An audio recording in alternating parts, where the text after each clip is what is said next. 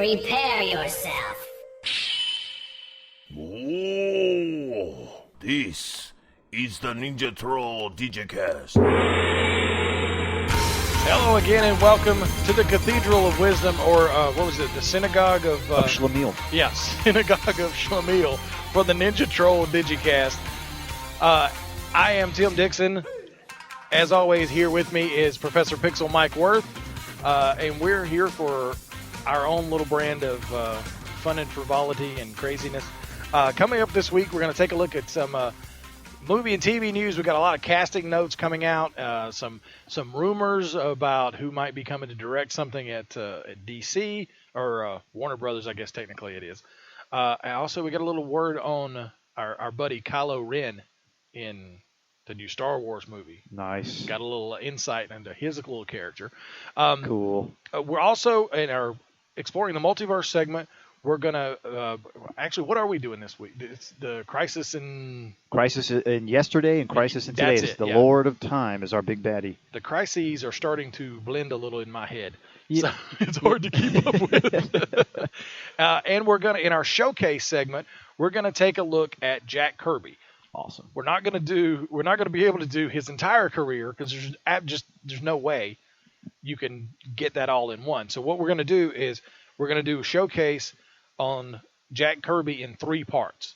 Cool. So this week we're gonna do the Golden Age Jack Kirby, which Nice. That makes sense. which was a full like Hall of Fame career all in itself. Right. and he hadn't. I mean, we get up to the to this segment. I'm going up to 1958. That's So it. he hasn't even And he's done already killed Fantastic it. Four, and he's already Oh, had like basically gosh. a Hall of Fame career. So That's awesome. But yeah, that's going to come up in our showcase segment. It's something I do want to mention. It's something that happened this morning. We're recording the show Wednesday afternoon, August 26th, and something that happened this morning, and it's horrible, basically terrifying news.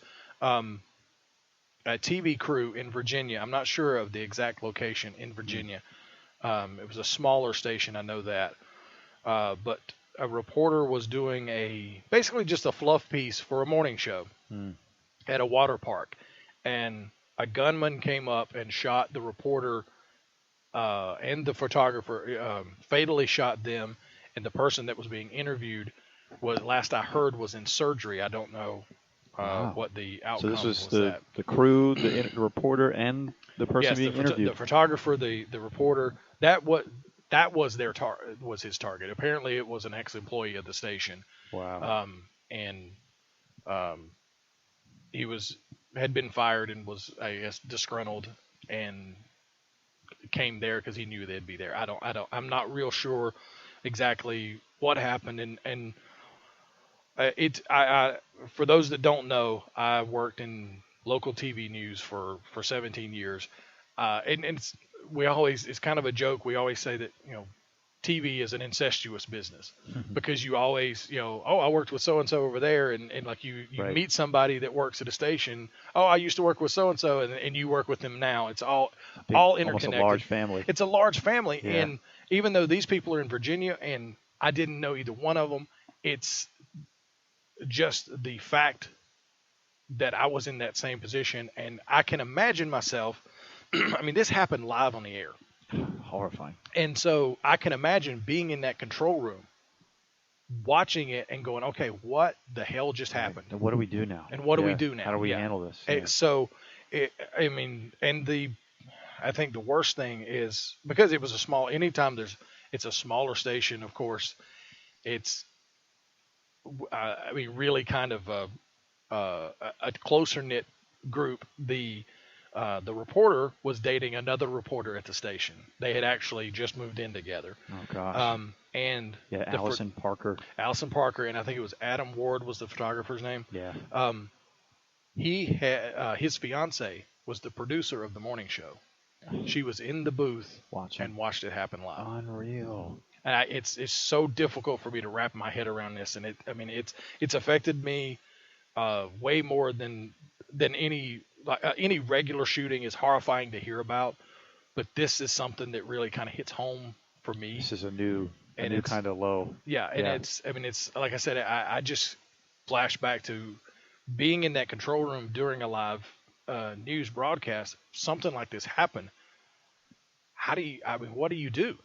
I mean, I can't imagine, and knowing that the producer's fiance is out there at that shot, and that, I mean, and there was no question what it was that you heard. I've watched the video, and when you Oh, heard you've the seen it. gunshots, Oh, I haven't seen this yet. I'm a Yeah. little scared too, I think. yeah, when you hear the gunshots, you know what they are.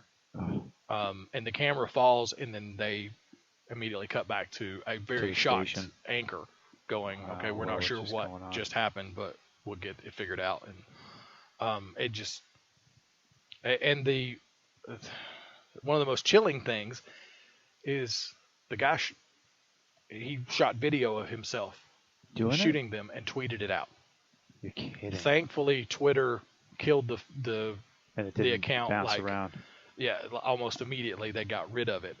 But the fact that he did that and he tweeted it out is just mind-boggling. That's I can't. so dark. Yeah, It's hard for me to wrap my head around it. So I think on behalf of us, right, our audience, we got to send prayers, loves to WDBJ Channel Yeah. 7, it seems, in Minetta, Virginia. It's Minetta. Okay. Yeah, I Yeah. couldn't remember. I knew it wasn't like Roanoke or a larger Bigger market, area, but it was. And like I said, it's almost more when you're in a smaller market like that. That's worse. And these two people, they had been, the reporter and the photographer, they work together all the time. They're Yeah. the team, and that's so. The other reporter that was dating her and the producer that was a fiance, they're most probably all best friends, and they hang out after work and all this stuff, and so it's Just rocked their Yeah. worlds. Yeah. but it's something that it really affected me, and I felt like I kind of wanted to say something. It doesn't have much to do with what we usually talk about on the Ninja Troll, but it's something we wanted to say a word about and send out our hopes and prayers, and go home and hug your kids, for goodness Yeah, sakes. that's- yeah. I mean, Right. but something else I saw on a happier note, Nichelle Nichols is going to be going into space. Oh, Uhura. She'll be one of the first, I guess you would say, civilians to go into a high orbit. And NASA is doing a mission where they're going into a high orbit, and there's a telescope that I don't know if it's like a stationary telescope that they all have set up there, or whether it's something they're taking up with them. But she's going to be one of the first passengers on that. That's awesome. So Very fitting. that's the thing. When they first, years ago, when they first started talking about that, eventually they would be basically like consumer or commercial flights, Right. to high orbit. So basically be in space. If I had the money, Oh, it'd be I'd fun. be signed up right now. Yeah. I mean, because that's just a dream of mine. And of course, with Nichelle Nichols, with her history in Star Trek, and being a trailblazing figure for not only women but African Americans as well. Right. I mean, I They had that great kiss, right? Which is Yeah, like, the first, oh my God. the first interracial kiss on TV. Right. Captain was Kirk and and Bill Uhura. Shatner That's right. macking on Nichelle Nichols. Yeah. So yeah, that's got to be pretty cool. I'm not exactly sure when it's going to happen, but they've made the announcement now. So I'm sure when it does happen, they'll be making a big deal out of it. Oh, So, that's going to be fun. yeah. I also saw this is just nothing but fun. It's a supercut I saw on YouTube of every Jason Statham punch ever thrown in a movie, and that's a Awesome. lot of them. I mean, including like Snatch and stuff. And Everything, yeah, every Wow. punch he's ever thrown on camera. So Wow. it's just bruising. that's fun. This is just a big hockey fight highlight reel of Basically, Jason yeah, Statham. yeah, Okay. yeah. So look that up on YouTube, and I might have to post that on our Facebook page because That it's sounds just like fun. too much fun. Yeah. Exactly, yeah. And Green Arrow, Stephen Amell, had his big match at SummerSlam Oh, how'd it go? this past Sunday. It went good. He and Neville won their match. Oh, okay. it was a The tag team. Stardust. Yeah, it was a tag team match with Stephen Amell and Neville versus Stardust and King Barrett. Wade Barrett. Mm-hmm. They won the match, and Stephen Amell, like a nut job, came off the top rope down onto the floor, onto Stardust and Wade Barrett. And that, I mean, Can he do that? he did. It shocked me because that's something. I mean, I've worked in the wrestling business for a good while, and as an announcer, not as a wrestler. And I've gotten as far as I've ever been comfortable doing is getting up on the top on the first turnbuckle. That was more than high enough for me. I mean, the ring is what? The ring 6 is feet, about 5 4. feet? Is about Okay. 4 feet, but the ropes, the top Or rope is another probably 4 feet. it's probably close to 5. Oh wow. Okay. So you think about that. It's total. You're looking at 9, Almost 10 height and a feet half. off of the air. That's gotta hurt. Then your height Yeah. as well, and Oh, he's right. he's probably 6'4", so he's standing, 16 feet up, and he dives off onto these two guys. Wow. And I mean, it looked great, and he He hit landed it. right, or Yeah, he hit them, and he kind of rolled out of it, and he jumped up, and it was pure adrenaline. He jumped up and was like celebrating, and then whatever he hit kind of made him go, oh, and you could see him kind of go, oh boy. oh, he felt it.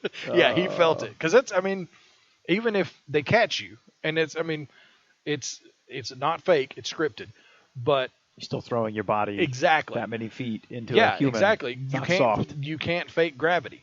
No, and if somebody lifts a knee, you're in trouble. Yeah. So yeah, they but yeah, he as soon as he hit, like I said, he kind of rolled out of it, and he Oh. jumped up and you could see like Oh. the 6-year-old kid going, yeah. Yeah, right. But then the then like the 35 reality, or 40-year-old man going, Yeah. oh, when your body goes, hey, wait, that hurt, and he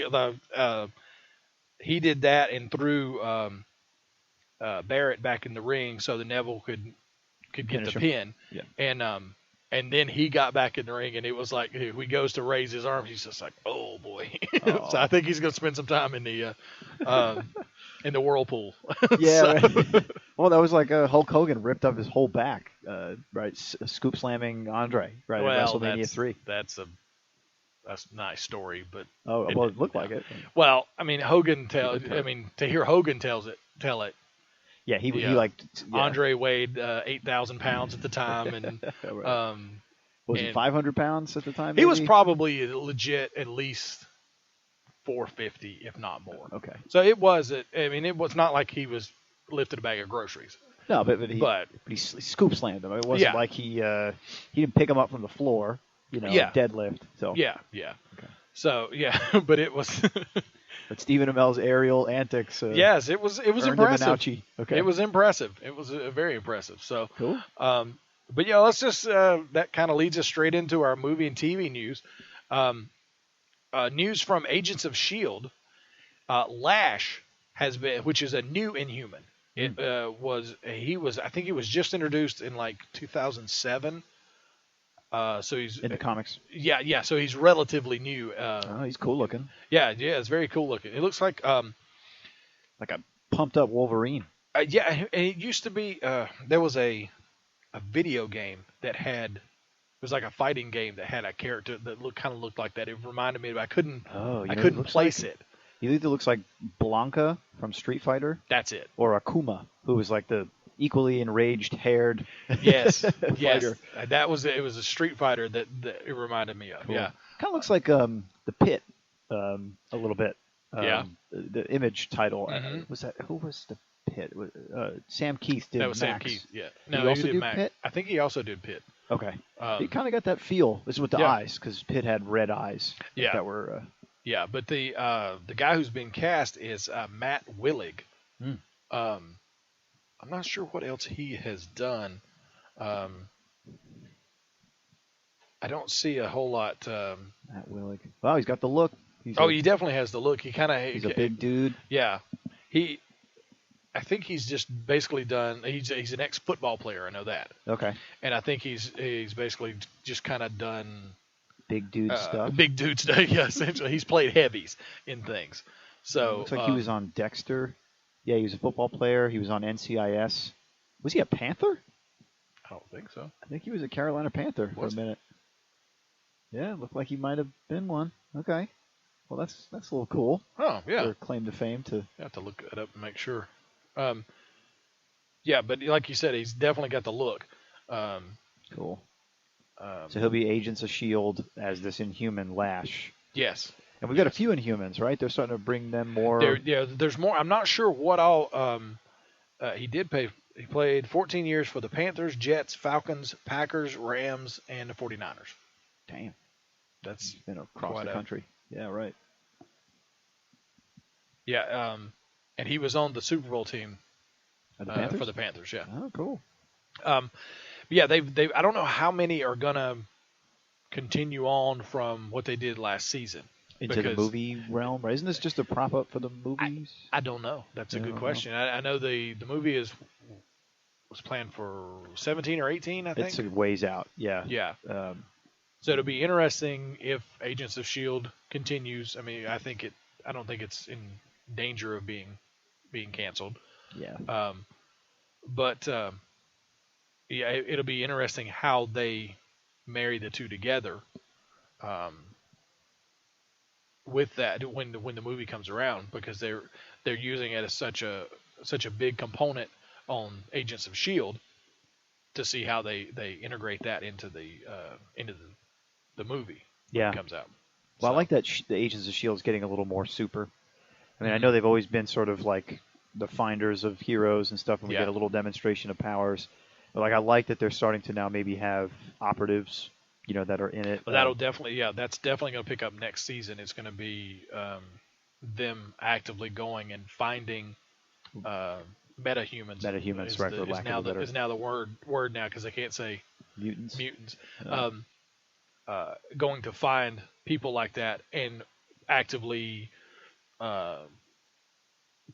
recruiting them for a team. Cool. So they're going to have a superpowered team.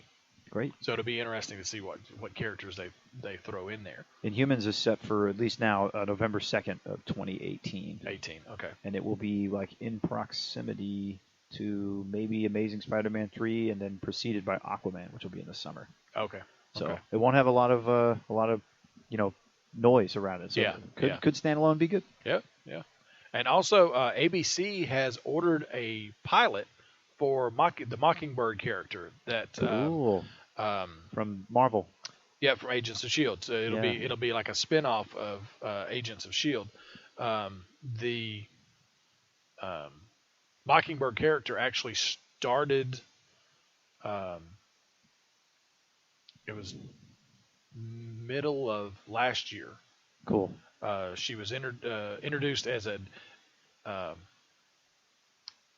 Hydra agent, but it turns out she was simply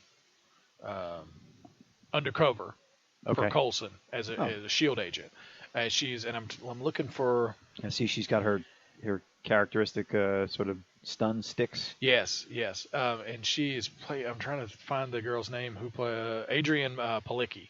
Mm-hmm. Plays her on there, and it will also be. I don't know I don't know if you caught up that much in S.H.I.E.L.D. to where she's been introduced.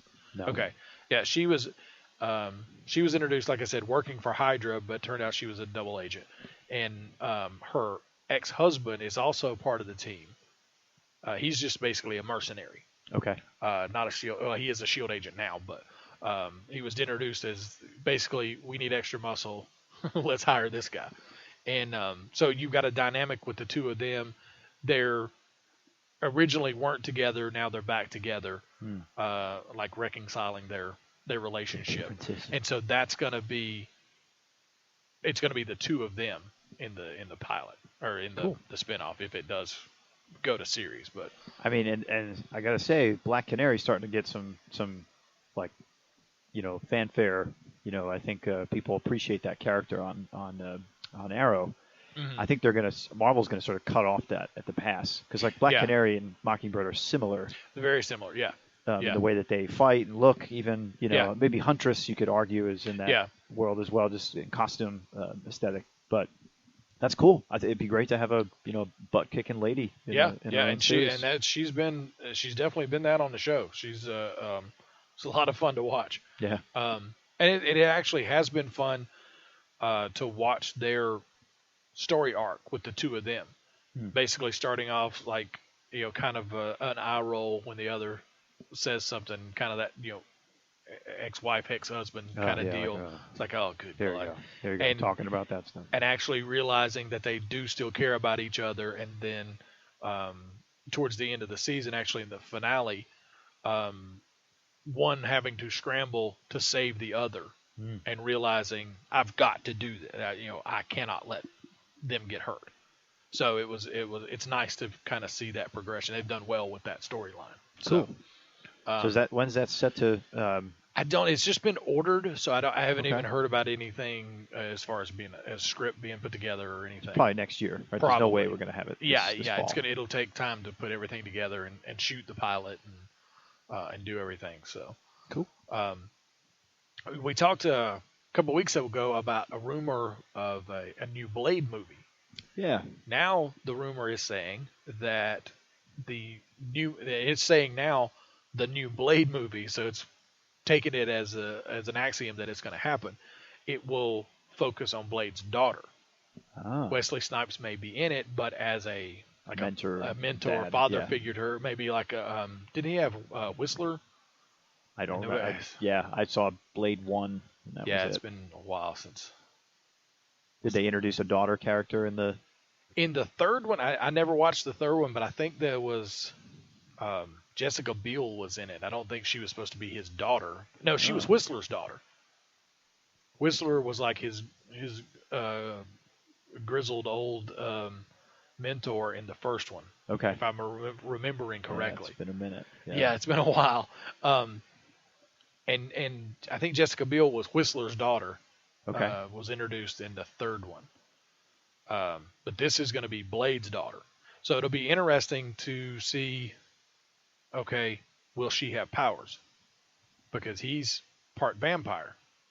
So he has He's a daywalker. He's a daywalker. As they always say, he's got all of their strengths and none of their weaknesses. Yeah. So who's going to be her mother, and what kind of powers will she have? So that'll be interesting to see. So hopefully, I'd like to see it. I think Blade was actually the first successful Marvel movie. Yeah. It's the first one that actually got made properly and made money. Yeah, So, right. And didn't destroy a character, Yeah, yeah.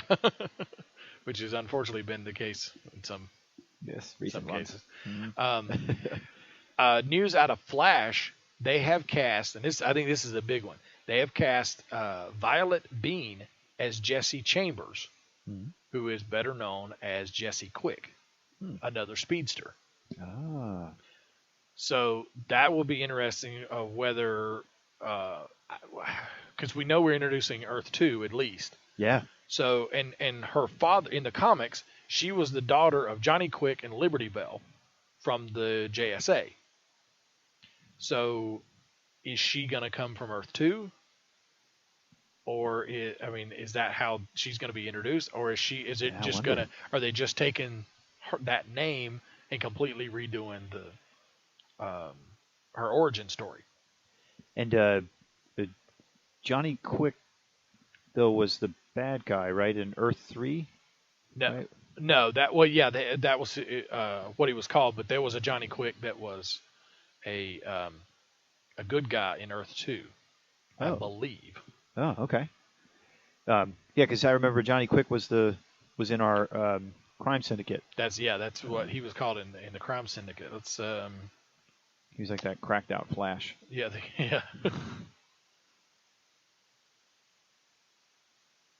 Yeah, I am actually not seeing I was thinking. I wonder. Well, there's an all-star squadron. Origin Yeah, of Johnny Quick. Chambers. Okay, yeah, this is Golden Age. Jonathan Chambers. Yes, he was Earth 2. Good guy. Yeah. Huh. Yeah. Cool. And he was inspired by the Flash of Earth 2, Jay Garrick. Interesting. And he created it. He figured, this is the thing that kills me. He discovers a super complex mathematical formula supposedly higher dimension, and that allows him to tap into the Speed Force. Wow. I wish I could do that. That's awesome. All you got to do is your math homework, kids. Exactly. And yeah. you can be the Flash. That's why you need to do your math homework. That's right. Not to, invent the next life-saving technology. It's let's run fast. It's all about running fast. So it'll be interesting if that's how she gets her powers. If he hands that down to her or what. Cool. And it'll be interesting if they reference Liberty Bell as well. Because if we're getting Earth 2, are we going to get the whole all Golden JSA? Age? Yeah. That could be interesting. Yeah. So, but she's described, her character on the show is described as a brilliant but quirky college student who gets caught up in the battle between the Flash and Zoom. Right, old Reverse Flash. Right, they're going to call him Professor Zoom. Well, it's just right now they're just referring to it as Zoom, as the new big bad. I don't know if it's going to be a new version of Reverse Flash, Professor Zoom, or what. Something, yeah. So, but right now they're just calling it Zoom. Okay. So, but it doesn't sound like there's any Earth 2 involved here. It's just she's going to be. So they may just change her origin entirely. Yeah, it'd be a shame if they don't bring us some JSA. I mean, it'd be pretty cool. That'd be cool. Yeah. But they've also said that Linda Park will be returning, which was Barry's love interest for the one that worked at the newspaper with Iris. So there's going to be a lot of love interest for Barry because they're introducing Patty Spivot. Then they're going to have Linda Park, and they're going to have Iris. So damn, it's a Mac Daddy. Barry is yeah. And they have cast Damore Barnes as Henry Hewitt, better known as the Firestorm villain Tacomac. Taco Mac. Cool. Taco Mac, yeah, Taco Loco. Taco Mac. He will be affected by the particle accelerator accident, and he's a student, like a science student that Caitlin asked to come to the lab to help them work on something.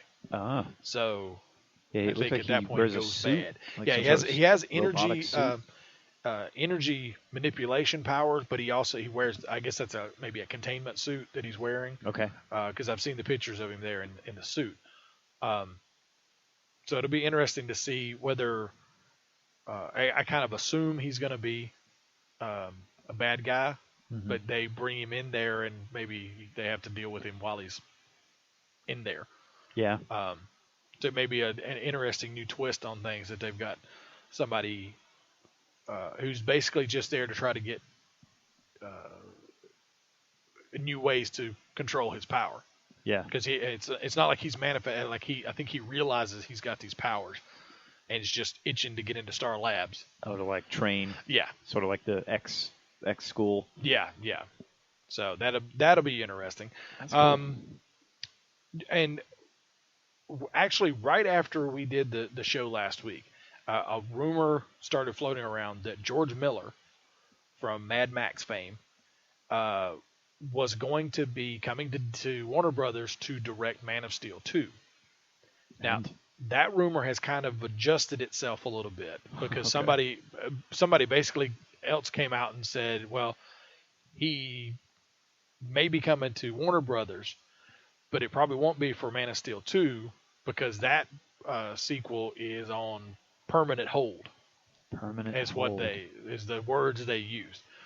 Why that is and what that means, but apparently George Miller is in talks, and he's just kind of, it'll be a choice of his what he works on. That's great. Yeah. So is it George Miller? Is he the original Mad Max? Yes. Guy? Okay, so yeah, he's got some cred there. Exactly. Yeah, absolutely. Yeah. So. And I believe he did the original and he did the new one as well. Fury Road. Yeah, he looks like a little crazy person. I'm not seeing any Supermans on the horizon. Yeah, well, see, that's the thing. When they released their slate, those Batman and Superman both were missing. Yeah, but they actually except for Lego Batman. Yes, but they did say. There's also going to be several Superman and Batman movies to come out. Yeah, they have like a They just year didn't put them on there. year unknown. X-Force, Gambit, Sandman, Justice League Dark. I think that one's been Axed. axed. Yeah. Really? Okay. And then undisclosed Batman and Superman Yeah. movies. They don't say yet exactly They don't say when. exactly when. Yeah. No. Yeah. So yeah, it basically, as far as George Miller, he kind of has his pick of what he can do. I mean, That's awesome. but What do you think he'll pick? It's hard to say. I mean, because if you look Aquaman. hey, but that's the thing. He If might you look make it at the best. you look at his list of stuff he's done. Okay, yeah, he created Mad Max, Yeah. but he also directed Babe, Oh. and he directed Happy Feet. Oh man. So you talk about Teen eclectic. Titans Go. He's doing Teen Titans Yeah, Go. yeah. I mean, you talk about eclectic. This dude is Babe? Yes, that'll do, pig. Damn. It's like I created Mad Max and Babe. Yep. Or and directed Happy Feet. and Happy Feet. So, Wow. yeah. So I mean, you want to talk about eclectic? That's it. I thought there was a Thunderdome reference in Happy Feet. Now that you come to mention it, Maybe. Yeah. I wouldn't doubt it. I wouldn't doubt it. Yeah, I might be imagining that, but I'm gonna start looking now. Yeah, we're gonna start looking for Right. crossovers. Yeah, the hidden motive in Babe is really. There you go. Yeah.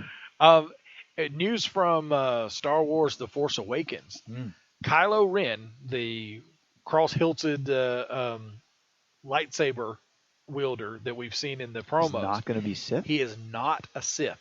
Well, how are they doing that? He is a new order Oh, of Orange Lanterns. basically, yeah, Okay. called the Knights of Ren. So kind of like all the Lords of the Sith were Darth fill in the blank. Yeah. The Knights of Ren, apparently, like he's Kylo Ren. It's Oh. same kind of deal. You I see. give up You get part a of your identity. title. Yeah. So, but he works for Supreme Leader Snoke is the name they've given. And Imperial guy? if you remember I would assume so. Yeah. If you remember the first teaser trailer, the gravelly voice that says there's Mm. been an awakening, that's Snoke. Oh. So Wow, this is going to get really complex. exactly I'm excited where about is this guy coming from and who? I mean, he's obvious. Maybe that explains why the lightsaber looks the way it does. It's not clean like we've always seen lightsabers. This looks almost like a flame. Yeah, right. It sparkles a Yeah. little bit, and and the It's hilt, ragged, right? With and the hilt, yeah. yeah, where it's popping out. I remember reading the Star Wars book, the George Lucas book Mhm. originally, and well, I should not say that. It was the Empire book. Okay. Because Luke's on the planet, you get a lot of detail about him becoming a Jedi. Yeah. And there's like a whole part where he gets this crystal that he cooks. Yeah, they And have that- to build it. He has to build his own lightsaber. And Yeah. that's like part of the Part of the ritual to say that you're a Jedi. Yeah, you have to make your own. You have to get the crystal, and that's why they're different colors. It's a different Right. crystal that you use to. And Vader remarks in Jedi, he's like, "Oh, I see you've constructed your own lightsaber." Yeah. Yeah. Your skills are almost complete. Yeah. It's so sad. We could just launch into any scene. I, and then say- yeah. Go Yeah, word yeah, for word. yeah. But yeah, that is new info coming out about That's so the cool. Star Wars Force Awakens, and And that's this Christmas, right? that is Roughly. December 18th, I think, is Oh, the release. so this date. Hanukkah. Okay. Basically, yeah. Yep. Yeah, That's right. This will be the first night of Mhm. Hanukkah. I Yep. guess I don't know when it actually. I'm gonna have starts. this year a menorah that has red. There like, you go. Red flames. Little and- lightsabers. Yeah, and Cool. they'll hilt as well. Awesome. Something I read today, and it was basically, usually we don't cover stuff like this unless it's just really cool. Somebody asked Norman Reedus in an interview whether he'd be open to do a Walking Dead prequel, and he says he's all for doing it, doing a prequel based on the Dixon brothers, him and Awesome. Merle. Awesome. Sign it. That'd be so cool. Sign it up. That would Yeah. be awesome. Right. Of course, that would. I mean, there's no way he can do both at the same time. No. So I'd mean either they would kill him off on The Walking Dead and then do it, or just wait till The Walking Dead's over and do it. So it's probably not going to happen. But how cool would that be? I mean, well, Fear the Walking Dead. I saw it this week. It's Yeah. pretty awesome. So like I'm open to anything Kirkman wants to get involved in, Oh, but I think yeah. he's got to totally be there.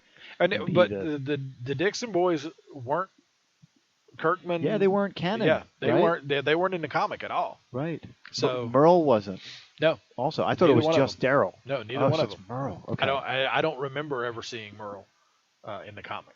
I'll tell you what. Like they make it local. Like they sort of bring in the flavor Mhm. of that region. You know what I mean? That Atlanta countryside region. I mean, it's like, because Rick's really calm and He's yeah, Kentucky. Yeah. Yeah, he was from Kentucky. Oh, is it Rick Um, originally from Yeah, Kentucky? and that was the thing. Lori's family lived in Atlanta. That's why they headed there. That's why he had to go after them to find them. Gotcha. But yeah, the Dixon brothers were just completely created for the TV show, and actually Norman Reedus came in to read for Merle. Oh, They didn't even have Daryl as a as character. a character. Oh my God. They liked him, not necessarily for Merle, so they created Daryl Dixon for Norman Reedus. Who's probably one of the most iconic Yeah, characters. I mean, when a absolutely. show that's Harley Quinn, right? Yeah, Like yeah. When a absolutely. show takes from a book or an original story, that's Yeah. awesome. And Very cool. speaking of Fear the Walking Dead, I haven't seen it yet, but it had the biggest series premiere in cable television history Wow. Sunday night. Wow. It's absolutely huge. More than Alf. I mean, like, what Yes, are we yes. talking like epic proportions Now here? this Like, is cable television history. oh, so that's Alf network wouldn't television. Be, Yeah, that Alf would wouldn't be. be involved there. So, Oh my God. but it on another Walking Dead note, Scott Gimple, who is the executive producer Mhm. of The Walking Dead, here's a shock, says that season 6 is going to be the best one yet. They say that about They every- always say that. Exactly. and they're Every- right for yeah. most of the time. Yeah, but that's pretty awesome. So yeah, he said that this was going to be the best season, but like we said, they always do that. It's getting a little. I'm waiting for something like a guiding thing because it's easy to attach to the prison, easy to attach to the town they're in now, Yeah. Alexandria or whatever. But it's like they're not in there so much in this next season, right? They're going to go out and about. I And think and DC maybe. what they're another rumor that I saw, and we keep seeing these, and we keep talking about Negan. Oh, right, the big bad from the comics. There's word that John Hamm may play Negan. Can I just say something amazing? Sure. If you've not watched Wet Hot American Summer, I need to Netflix, watch Have that. you've seen that movie, right? No, I never saw the movie either. See the movie. Okay. See the movie first. Like orient yourself to because you see them young, Yeah. right? Yeah. And then John Hamm's in that show. Okay. It feels like honestly like all the big stars from Mad Men. As soon as they finished Mad Men, were Just like, went on "Hey, you that. should be on the show." Yeah. Because Roger Sterling's on it. He Okay. plays like a theater director. Nice. Jason Schwartzman Mhm. is in the show, and then John Hamm plays the Falcon, who is Nice. a hired assassin who's meant to come. Awesome. Like, yeah, the camp is basically ground zero for like a Soviet conspiracy, a nuclear waste problem. It's folks, if you've not watched the show and like you want to get like 80s camp movie humor, it's awesome. Totally do it. And then John Hamm steals the show as Yeah. the Falcon. He's Yeah. great. And the word on that was that he was he was at least interested in being talked to about it, and that he would show up like the last episode of season 6 To introduce to introduce, character. yeah. And I Okay. mean, there's a huge. I'm already thinking about like when Negan shows up. One of the first big things he does is kill off a huge cast member Oh wow. in a brutal, absolutely brutal way. Oh yeah. It was Walking Dead 100, Oh wow. and that would be an incredible cliffhanger for For season the end of the 6 to season. season 7. Yeah. yeah So when does Walking Dead come back on? Because it seems like now October 11th. they're gonna run parallel. I'm not sure how How many episodes? I Is don't know how Fear? many episodes Fear the Walking Dead is. Okay. So it may not. But yeah, because it'd be on at the same time, unless they wanted to just boom boom Yeah. have one and then the other, and then. But they got to have that whole block of. You got to have The Walking Dead, then Talking Dead, then Comic Book Man, right? Yeah, that's right. Well, thank goodness for Talking Dead because it's a. I wish they had I love Talking that. Thrones. I Yeah. love that. Yeah. Or Talking Flash and Talking Arrow. Yeah. Well, that's us. So, Yeah, that's right. so Supergirl, the new show on ABC, right? ABC, no, or is it CBS? CBS. CBS, yes. maybe. It is blowing up social media. Cool. It has, and this is not something that like network executives look at for like whether a show's going to be renewed or not, but Yeah. it's worth looking at. It has accrued 15.5 million engagements on Facebook, Google+, Instagram, Tumblr, Wikipedia, and YouTube. That's awesome. That is huge. And it That's hasn't great. aired yet. Right. So Well, that pilot, right? the pilot leaked. Yeah, and it's out there somehow. Yeah, it's out there somehow, Yeah. but it hasn't aired on TV yet. So I think that's a huge indicator of and I mean, if you want to see the pilot, You can get it. you can get it. It ain't hard. Have you seen it? I've got it, but I haven't watched it yet. Okay. So I'd be interested to see it. Yeah.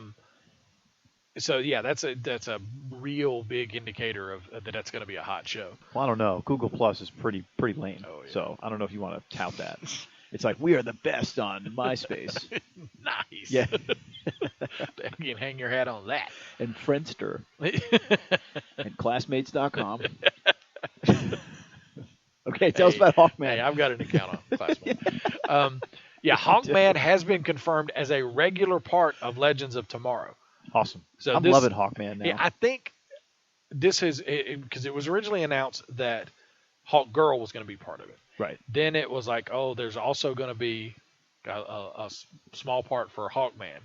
And But then, you said they have to. exactly. They're yeah. symbiont. They have to be Yeah. together, right? And then it was like, oh, he's going to be on Flash and Arrow.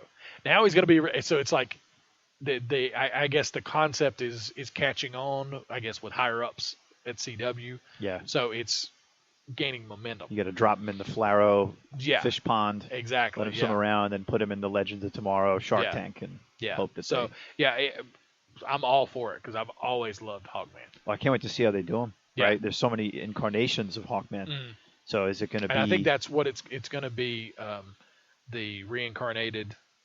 Konar. Yeah, and like we were talking about a couple weeks ago, he remembers his past lives, but she doesn't. Right. He has to remind her. Exactly. He has to find her, and then remind her. And then if she dies, or that was the thing in Smallville when JSA was on there, she had died. Oh. So he basically that's why he was so bitter. He knew he had to now wait for her to be reincarnated. Oh. And he didn't know if that was going to happen now or until he Millennial. died. Yeah. And so, yeah, he was really angry a lot. Wow. So I'm looking forward to seeing him on there. So Cool. And this is another one, like I was saying earlier, we don't usually. It's just kind of a offhand mention in an interview, stuff we usually don't say unless it's really cool. This one is also really cool. Nathan Fillion was asked about if he could play a superhero, who he would play. Booster Gold was his answer. Yes. Awesome. And I say, sign it. Yeah. Absolutely. And this showed like really deep comic knowledge to me. He said, or somebody like Ambush Bug. You have to really know comics Yeah. to know I don't Ambush even Bug. know what that is. Yeah. That was Tell a me. Keith Giffen, J.M. DeMatteis creation. And it was he's pitiful. He like the cover of Ambush Bug. Yeah, if you look up Ambush Bug Nothing Special instead of a special like the Batman special, Okay. it was the Nothing Ambush Special. Bug Nothing Special. The cover of it has him sitting there. Oh. I think it's will superhero for food or something like that. Hungry, homeless, and have the hiccups. Yeah, Please help. exactly. Oh man.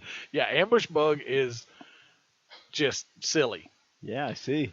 But again, you have to know comics pretty good to know that. So that was kind of cool to see Nathan Fillion showing off a little comic book knowledge there. Was he in the Sandman?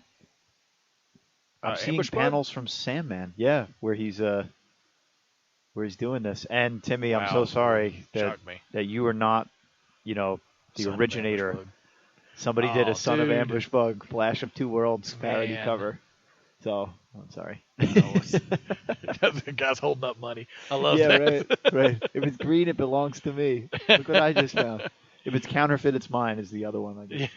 Yeah. Ambush Bug is basically silly. I mean, and Keith Giffen and J.M.D. Mateus have that. That's what they do. Is kind of tongue in cheek, as they called it. When they were doing the Justice League, it was, as they call it, the bwahaha version of the Justice League. It was just goofy. So goofier than it already is. But it was a lot of fun. Okay. So all right, that's good. that was when you get Batman and Guy Gardner getting into a fist fight. Oh, and then one punch. Yeah, Batman knocking him out. That whole run there. Ambush Bug's costume looks like Kick-Ass. Yeah, it does. Kick-Ass, the weird face configuration, but it never thing. fits properly. It's all it's all bunched up and yeah. So he's just pitiful. So that's cool. I'd love to see Booster Gold. Oh yeah, preferably. absolutely. I'd love to see it. Yeah.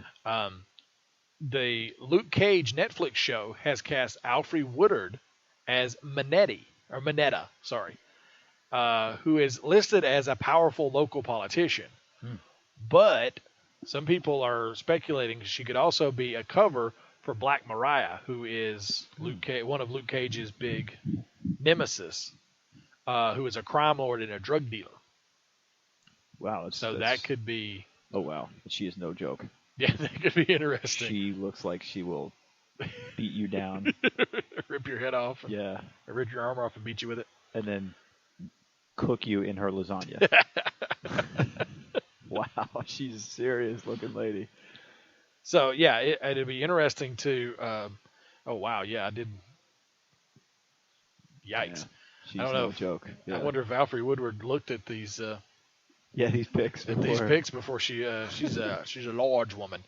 She is, and the woman playing her is not large. He's not large at all. Yeah. So, but it'd be interesting because, like I said, that's one of his big nemesis. Cool. In the comics, so that could be interesting to have her playing that. So I'm really excited about that series. It's like Luke Cage is such a cool character, and I know he's got that. He's so rooted in the '70s. Yeah. But I think they're going to do a nice job, make him contemporary, and it would not be that difficult to make him contemporary. So yeah. So, all right. Well, that's a look at our movie and TV news. We're going to take a break, and when we come back, we're going to take a spin of the comic rack. Our hailing frequencies are always open. Find us on Facebook, Twitter, or Instagram. Just search Ninja Troll Digicast, or drop us an email at ninjatroll@digitaltuxedo.com. Hey guys, let's play some video games. This new dad plays video games with his sons, but the challenge feels like he's lifting a metric ton. So many buttons. His avatar just stares at the walls, twists and turns and somehow falls. Help me! He's tangled up in the controller's cords. I just don't understand this crazy digital world. Crazy, crazy digital world. Zeros and ones. But the love from his kids is totally apparent. Ooh. See, you don't have to be perfect to be the perfect parent. You should have just played catch. You don't have to be perfect to be a perfect parent. Thousands of siblings in foster care will take you just as you are. For more information on how you can adopt, visit adoptuskids.org. A public service announcement from the U.S. Department of Health and Human Services, Adopt U.S. Kids, and the Ad Council. You're listening to the Ninja Troll Digicast. Don't make me angry. You wouldn't like me when I'm angry. Like you angry? Dr. Banner, we need you angry. That'll do. The Ninja Troll Digicast. The only podcast with a kick. All right, welcome back to the Ninja Troll Digicast. I just realized I didn't have a wacky little nickname for you when we opened up the show. You were great because you dropped the gave ball. us the synagogue of Schlemiel. Yes, I did. I threw that in. So Great. exactly. I'm quite satisfied with that, Timmy. So all right, so we're okay. You'll let me slide for 1 week on that one. So. But next week it better be amazing. Yes, I'll write that up. I'll be like a comedian trying to put my set together. So, all right, let's take a spin of the comic rack. Meanwhile, back at the Cathedral of Wisdom, it's time for the comic rack. Hey, nice rack. Knock it off, perv. No, it's the latest news from the enormous world of comics. Right here on the Ninja Troll Digicast. All right, we're still a little light in the comic rack section this week. It's a smaller rack. It's okay.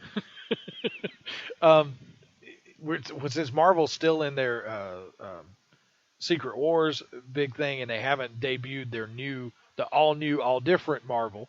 Not a huge amount of news coming out. One big thing, speaking of Secret Wars, it is now extended to 9 issues instead of 8. They've given them an extra one, which is kind of crazy. It was like, because I would think this thing was plotted out long ago. Yeah. And they said they wanted to make sure they had enough, the creative team had enough time to settle the as they called it, the cataclysmic story properly. So maybe they're taking a cue from Convergence. Yeah, right. Sure. This just in. Convergence is still confusing. Exactly. So let's make sure ours is not. So, but it's not going to delay any of the all new, November. all different. Yeah. Okay. Those are still going to come out, which is going to be weird if these are set after Secret Wars. Yeah. But Secret Wars is not done. What do you think they'll go back? I mean, I'm not sure. I'm not sure exactly what they're. I mean, I don't think. I don't think they really can. I mean, it's like everything's been like they wouldn't. There's nothing to go back and talk about. I mean, right? we know that stuff. I mean, the Invincible Iron Man #1, that's already written. That's already done. I mean, so this seems weird to me because it seems like if you had this planned out and you knew this was going to be as earth-shattering as it is, that, like I said, it would be plotted out. You know exactly what's going to happen, and it was going to be done. But now and you're hinging all of your new. They don't want to call it a reboot, but it is. Yeah. You're hinging all these on the Secret Wars. You got to make sure that comes out on time. It's already been delayed, and now it's being extended an extra one. That's weird. Now, it's really good, so we'll give them a pass. Yeah. But it just seems a little weird. I mean, so I'm not sure what and how, like I said, Invincible Iron Man #1 and the Scooby-Doo X-Men crew comes out. And Secret Wars is still going on. This is all set after, so it'll be kind of. Is it going to be a spoiler for what happens afterwards? I mean, because we obviously know we're going to get the Earth back. Right. It's not going to be continual battle world. Right. But it's just going to be weird. I wonder. I mean, maybe they'll have some remnant or some. I don't know. Maybe they'll. If Battleworld is destroyed, I mean, we don't know what the fate of Battleworld is. Maybe something will happen there. Somebody will be given, like, dominion over it, perhaps. I don't know. Maybe, Maybe Doom will be returned. Right, Doom will have to fall, I'm sure, at some stage. But I wonder, maybe like a Squirrel Girl or something will rule. She can rule the world, That, I mean, and the weird thing is, okay, across Battleworld, there are different versions of the same character. That's right. So, and I've been seeing like they have that Battle World map, and then they have the comics that sort of come around it. I don't know if you've seen this thing because that 57 I think it was the 1872 story, which is now being mangled in my bag. Yes. Is from that. It's from the Battle World. Yeah, it's like on the Battle World map. So if you look at the like the latest versions here. You can see Secret Wars, Battle War. Yeah, there was when they first released that Battle World, there was a couple that were unidentified that they and didn't. they're filling in the classified. blanks. Yeah, they have them classified.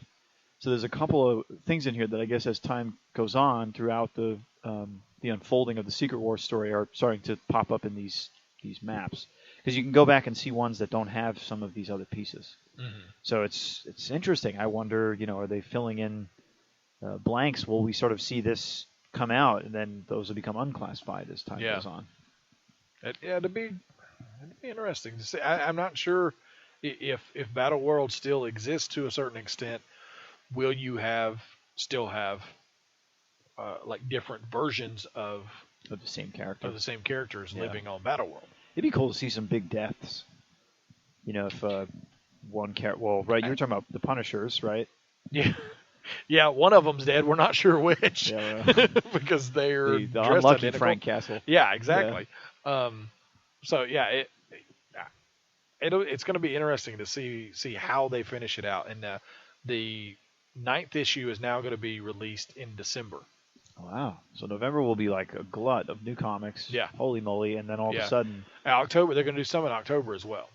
It's got to be like a epilogue of some sort. Probably. That'll have some remnant story, and then usher us into the next realm. Maybe it'll introduce a new big bad or something crazy, like it's possible. Thanos found his glove again. His glove. Watch out. Yeah.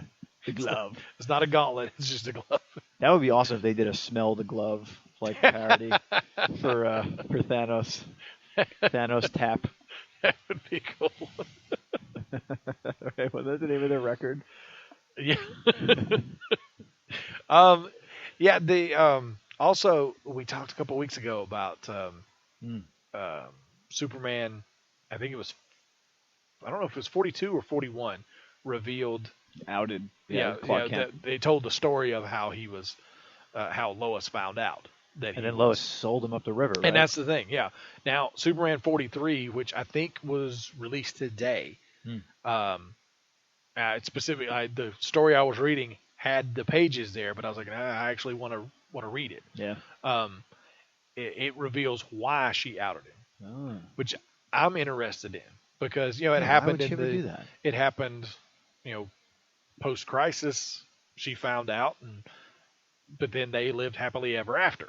Yeah. They actually got married. Now she's okay. Why would she reveal him to the world that his secret identity?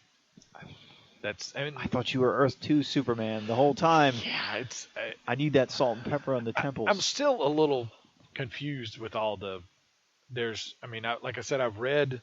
There's 2 Justice League books right now. There's Justice League and Justice League of America, and like we were saying last week, Batman or Bruce Wayne is dead. Although we've seen him now.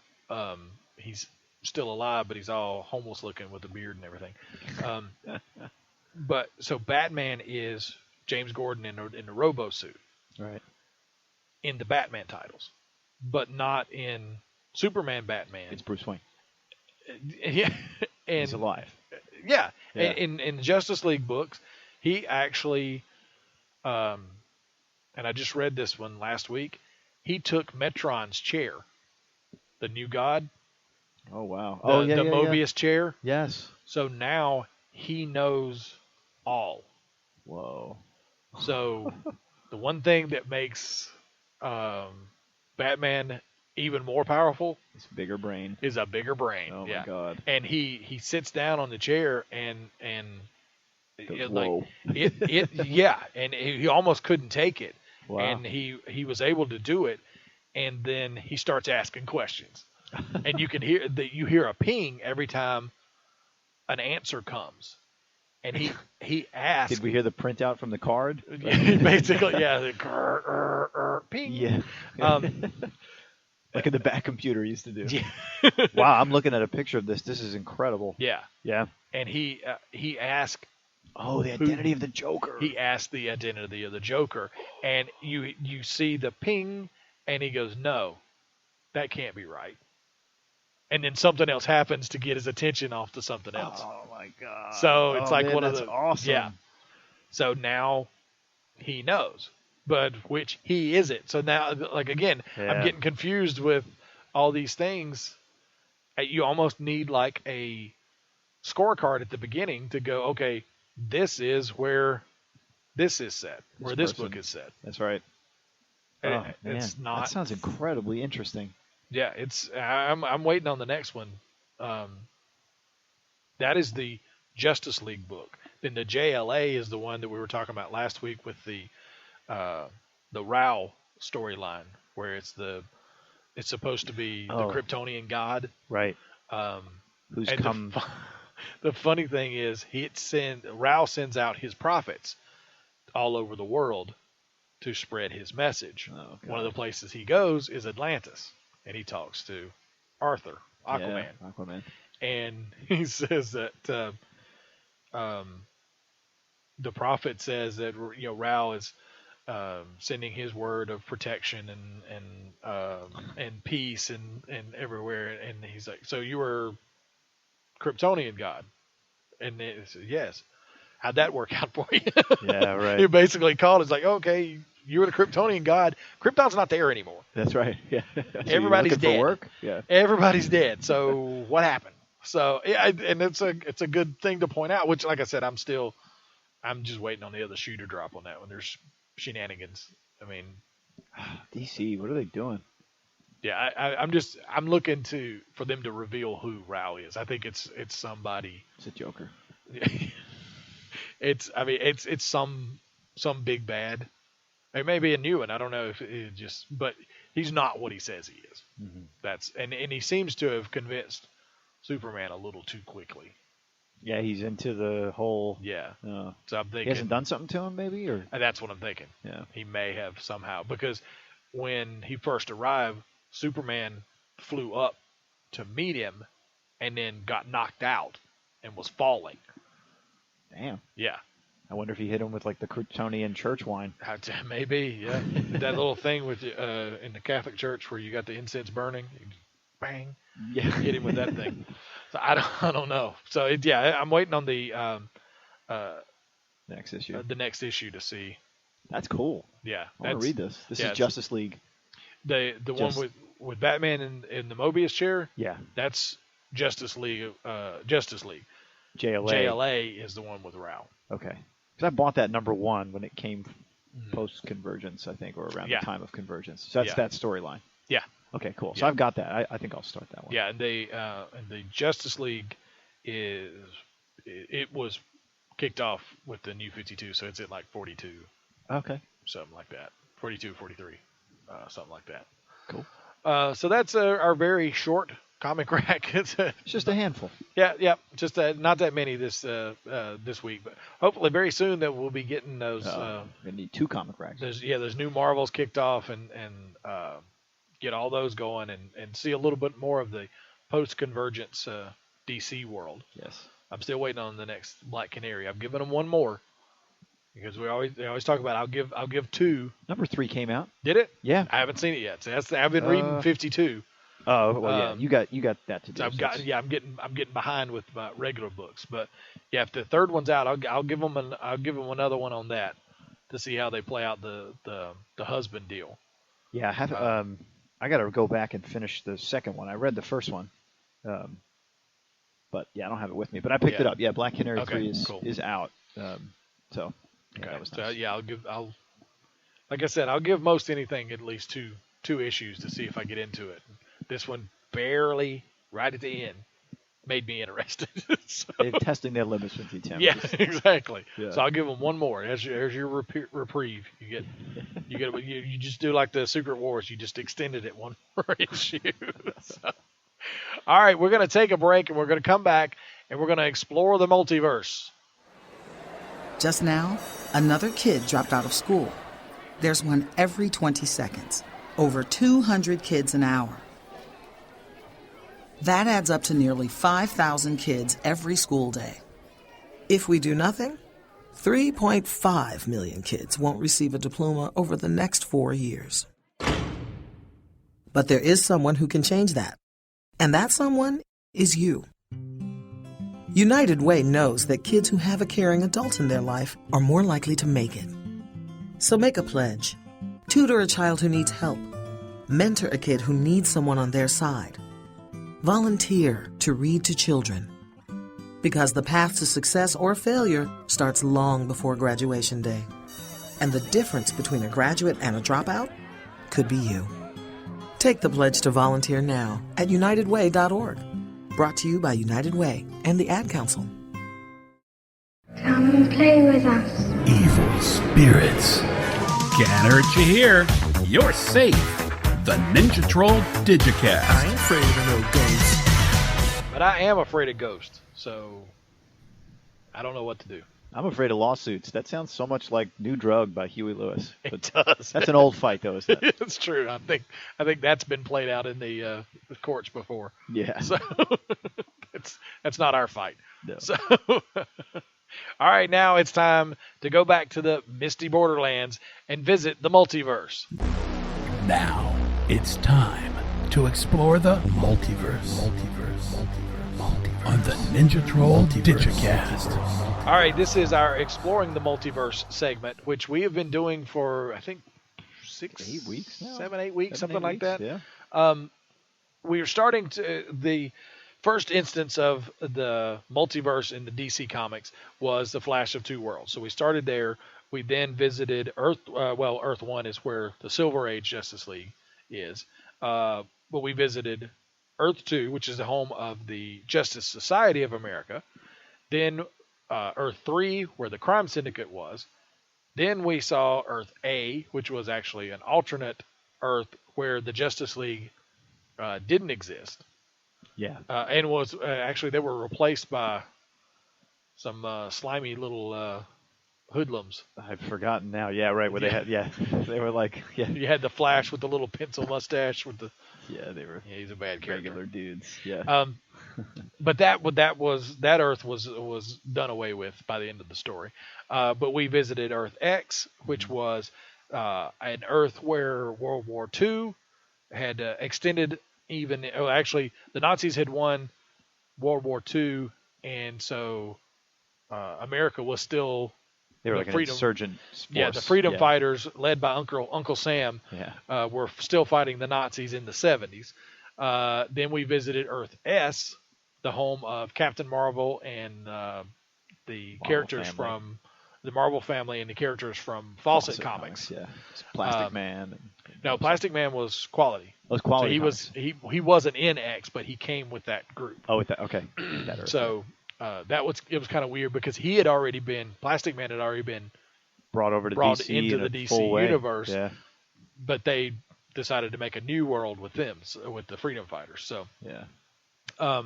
But now, actually, last week we went to the future, the 30th century, the 30th century to see the Legion of Superheroes. Yeah. Now, we're going back in time.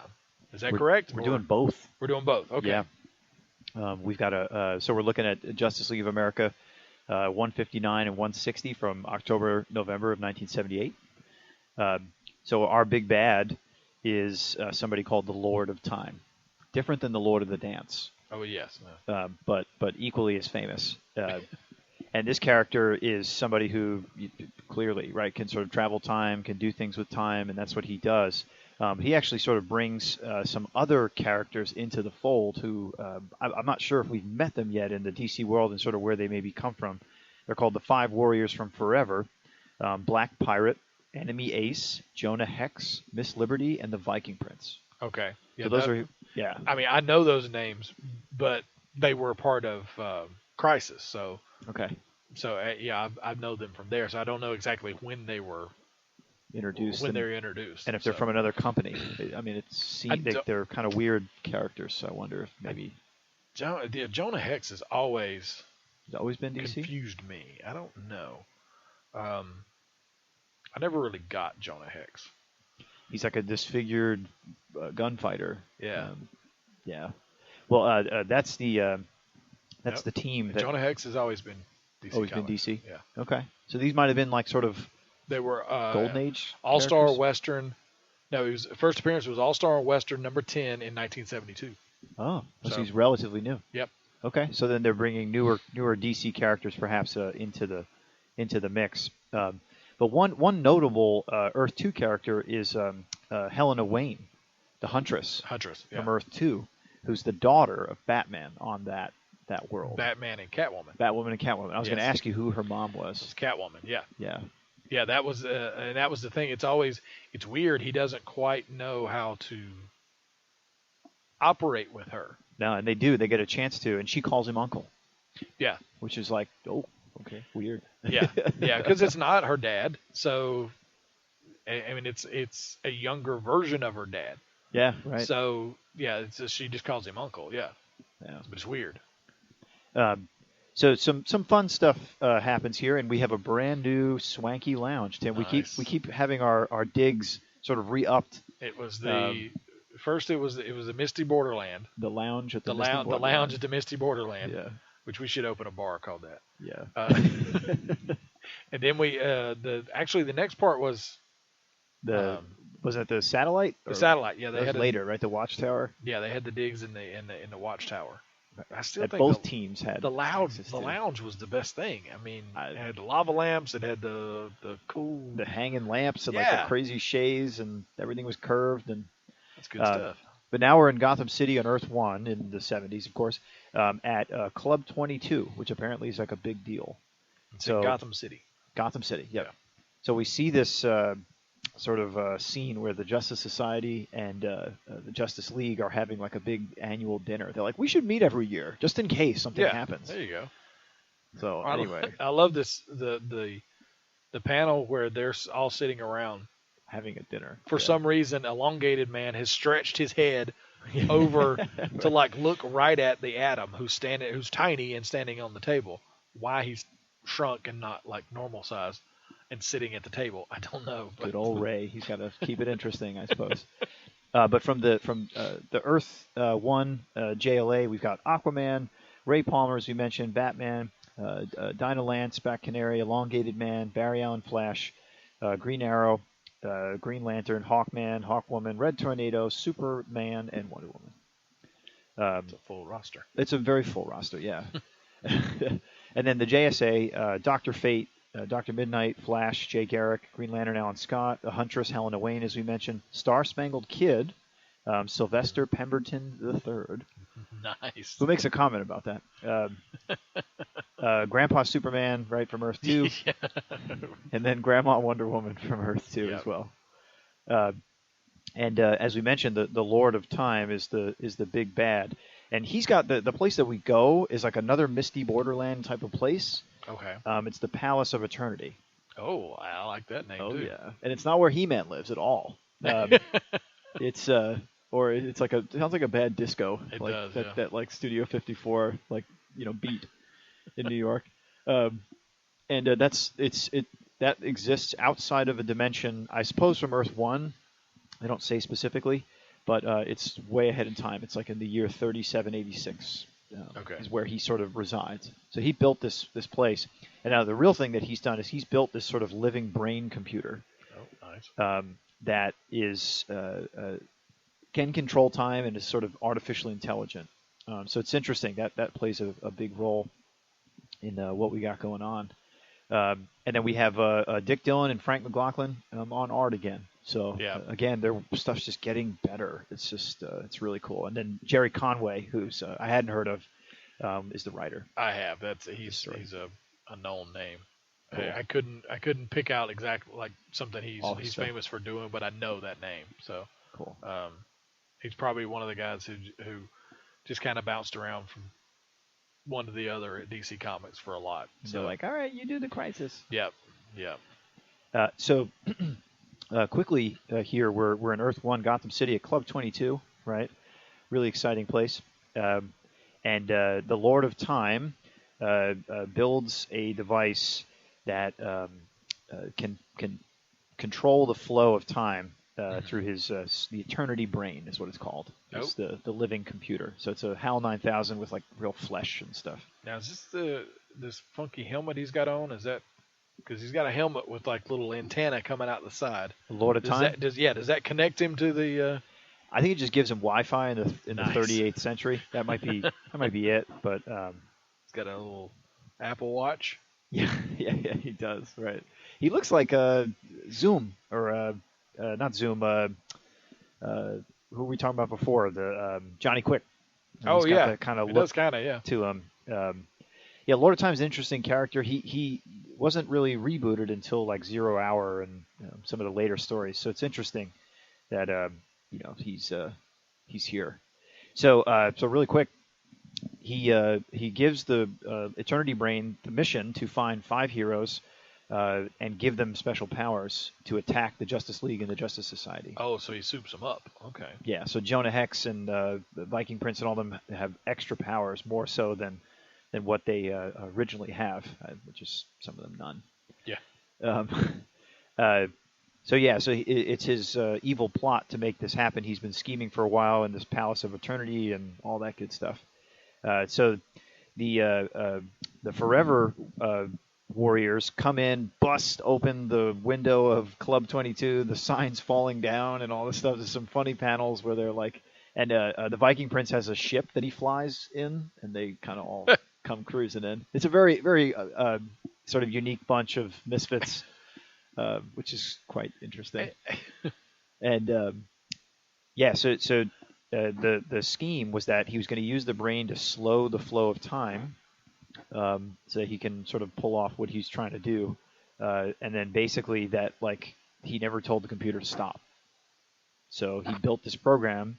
This intelligence built its own consciousness, and it's very much interested in pleasing him, right? And he asks these questions like, well, why should we do this? How does this benefit? If we kill the Justice League, like, is that good? Tell me how that's good. Yeah. And so it's rationalizing to try and figure out why it's doing what it's supposed to do. So so essentially, it's a plan to hurt and kill the JSA. The computer, sort of is trying to figure out, well, why are we doing this? And then it goes into like lockdown mode where it won't let the Lord of Time change the program or stop it. Oh. So it's going to just stop the flow of time. Skynet. Yeah. It takes over. Right, and it's like, and that's it. HAL was my poorer reference. I think Skynet's a better one. And the whole so the bad guys, the 5 warriors of forever, they kicked the JLA and the JSA's butts. I mean, and right, we're talking about great panels. I mean, I love that vast panel that's going on there. Yeah, it's a huge. It's essentially this would be the end of the first issue because it's a 2-issue. Right, 2-issue crisis. Essentially the last panel is all the Justice League and Justice Society laid out at the feet of the what they call them, the Furious Five, or it's Grandmaster Flash. Oh, okay. It's a whole different group. Don't push me because I'm close to the edge, Tim, with that. Okay. The 5 the heroes of forever. There you go. Yeah. But yeah, that's a. Ralph is everywhere. Like the elongated man is just stretched all over the joint and just. What was this, Mr. Fantastic Envy, or like what was the? Like, basically, yeah. That's. I mean, I think Elongated Man was around before Mr. Fantastic, if I'm not badly mistaken. Ah, okay. But he takes a formula to make him stretch. So if he stops taking it, he stops stretching. Right, because in 52 he's not on it anymore. He's not. He actually tells Booster that he lost his. It's green gold, I think it's what it's called. What he drinks, and he says he lost his taste for it. Yes, green gold is interesting. But yeah, he was before, a year before Mr. Fantastic. Wow. And then Plastic Man is obviously from the 40s. Yeah. Yeah. So I guess technically they're all Plastic Man ripoffs. I guess so. Yeah, right. With being the original guy. Yeah. Or maybe Stretch Armstrong. Maybe he. Oh, nice. I had Stretch Armstrong. But there's a very interesting thing here is that like it cuts back to the Palace of Eternity where the Lord of Time says, "Wow, I'm succeeded in my mission of beating down these heroes, but the computer's got its own intelligence now, so we're screwed. Yeah, we're I don't trouble. know what we're gonna do with this. But then the JLA and the JSA sort of recover, and they wake up and they realize like they're in Valley Forge, Pennsylvania, and they make this statement about like how America was at its darkest hour in this place, and it is once again in its darkest hour. And of course, the Star Spangled Kid is, he's so excited to make that happen. Oh, hey. Finally, the Star Spangled thing is going to work out for me. It's like it's a tough gig to hold to be that guy. So now it's going to be that the 5 heroes of Eternity are going to team up with the JLA and the JSA to go fight the Eternity To fight Brain. the computer, yeah. Yeah. Which it's kind of the pattern of these stories. They meet. It was very much the same for the 30th century piece with that supercomputer. The Earth X one where the intelligence took beyond. Yeah. And I'm sure that's all a product of Kubrick, and probably other AI stories and stuff. iRobot, that sort of. Yeah, because what year was this? This one's 78. Yeah, it would be after. 2001. Yeah, when did that come out? That was in the late 60s, maybe? Yeah, this was 78. 68, yeah, so. Okay. So, yeah, you'd had the HAL 9000 by then, so. Those dominating computers. Yeah. So they're now, so they get on the treadmill. The cosmic treadmill? They just say they do. They don't really show it. Yeah, it's always nice to see that. Yeah. A little workout of costumed heroes. So they go now to the place. So they board the treadmill and they go into the time stream. There's no flying gears at this point, and so strange. So they go to 3786. Yeah, but or as they call it, a dimension adjacent to 3786. It's his hideout. It's where it's a misty borderland spot where they can sort of stay in the space and do what they need to do. So somehow, some members of the JLA JSA become like sickened when they start to attack the Palace of Eternity, and maybe it's like it's radiation poisoning essentially. Maybe it's like the bends. They came up too fast. They came through the time stream too fast, so they got the bends. Oh my god. Yeah. And this got really weird. Like, there's a story, chapter 2 in the second issue called The Reefs of Time, and like somehow they build a giant coral reef protector around the Palace of Eternity. Yeah, it got really strange. The story. It was. I was losing my place a little bit, sort of going back and forth. But sort of summary wise, so they're in a race against time now. There's some who are traveling through time and space, but the ones who remained after the big fight have a mysterious illness, and they're all in Gotham General trying to recover. Okay. So now he brings the 5 heroes. So meanwhile, in the year 3786, the Lord of Time uses his technology of bringing people back and forth, the Eternity Brain, and brings the Black Pirate, Enemy Ace, Miss Liberty, Jonah Hex, and Miss America to the location. And he now is going to use them after they've defeated the heroes to fight the Eternity Brain. Okay. So they're like, all right, well, if that worked, then let's do this. So, yeah. Right. He now is like, oh my God, we're going to die. Time is going to stop. Who knows how things are going to go? I will no longer be a lord of anything, not even the dance. So they go to attack the 5 timeless warriors, and the Eternity Brain basically just defeats them. So, all right. So here's where we go back in time. He brings dinosaurs from the Mesozoic area to battle with them, and these lizard men. That fight them kind of one-on-one, and I don't know what to say. It's just some wacky stuff, boy. Right, you're just seeing it, and then they get put in a dungeon. Yep. It basically look like they're locked in standing coffins. that's pretty much it. And there's like a little like Ziggly line of power holding them together, I suppose. Pterodactyls come after the Flash. Isn't that a great part? This is some wacky stuff. Yeah, enemy Ace's plane gets bitten by a dinosaur. Yeah, this is some Hanna-Barbera. Like, yeah, well, it was that era. I mean, yeah, late 70s. Yeah, I suppose. I guess they were kind of going that way. I don't know. It's the big purple robot with the 10 arms. Yeah, the 8 arms. But I was saying before, there's a giant coral reef, and Star Spangled Kid like superpowers Superman and just charges him with solar energy, and then Wonder Woman throws him, and he acts as like a torpedo and smashes through the coral reef. Nice. But then he's unconscious, so they lost Superman, for that. But he was a real hero there. He made it happen.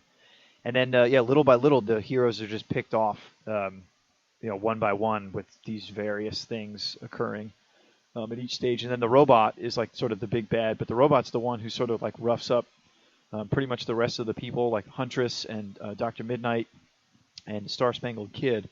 And it's our hero, Ralph Dibny, Elongated Man, who manages to sort of rustle up the robot, and then he like fits his body like through a tiny crevice in the palace, which is impenetrable normally. All the other heroes try, and then he short circuits the Lord of Time's big sort of, not the brain, but like his sort of time machine orb. Okay. And he does it with his body. He just like touches a wire, and then like everything goes kablooey. And blows up. And again, it's another one panel. That's what I was about to say. Yeah, they when they hit the conclusion, like they wrap up in a page. It's like a belly flop. Yeah. Off of like a 100-foot drop. I mean, it's just a wall of bricks. Ralph hit the thing, and the computer shuts down, and then it's like boom, boom, boom. And you cut to them explaining. It's the Scooby-Doo ending. They cut to them explaining how they did all this stuff. And they rip the mask off. And they're like, Old Man Winters.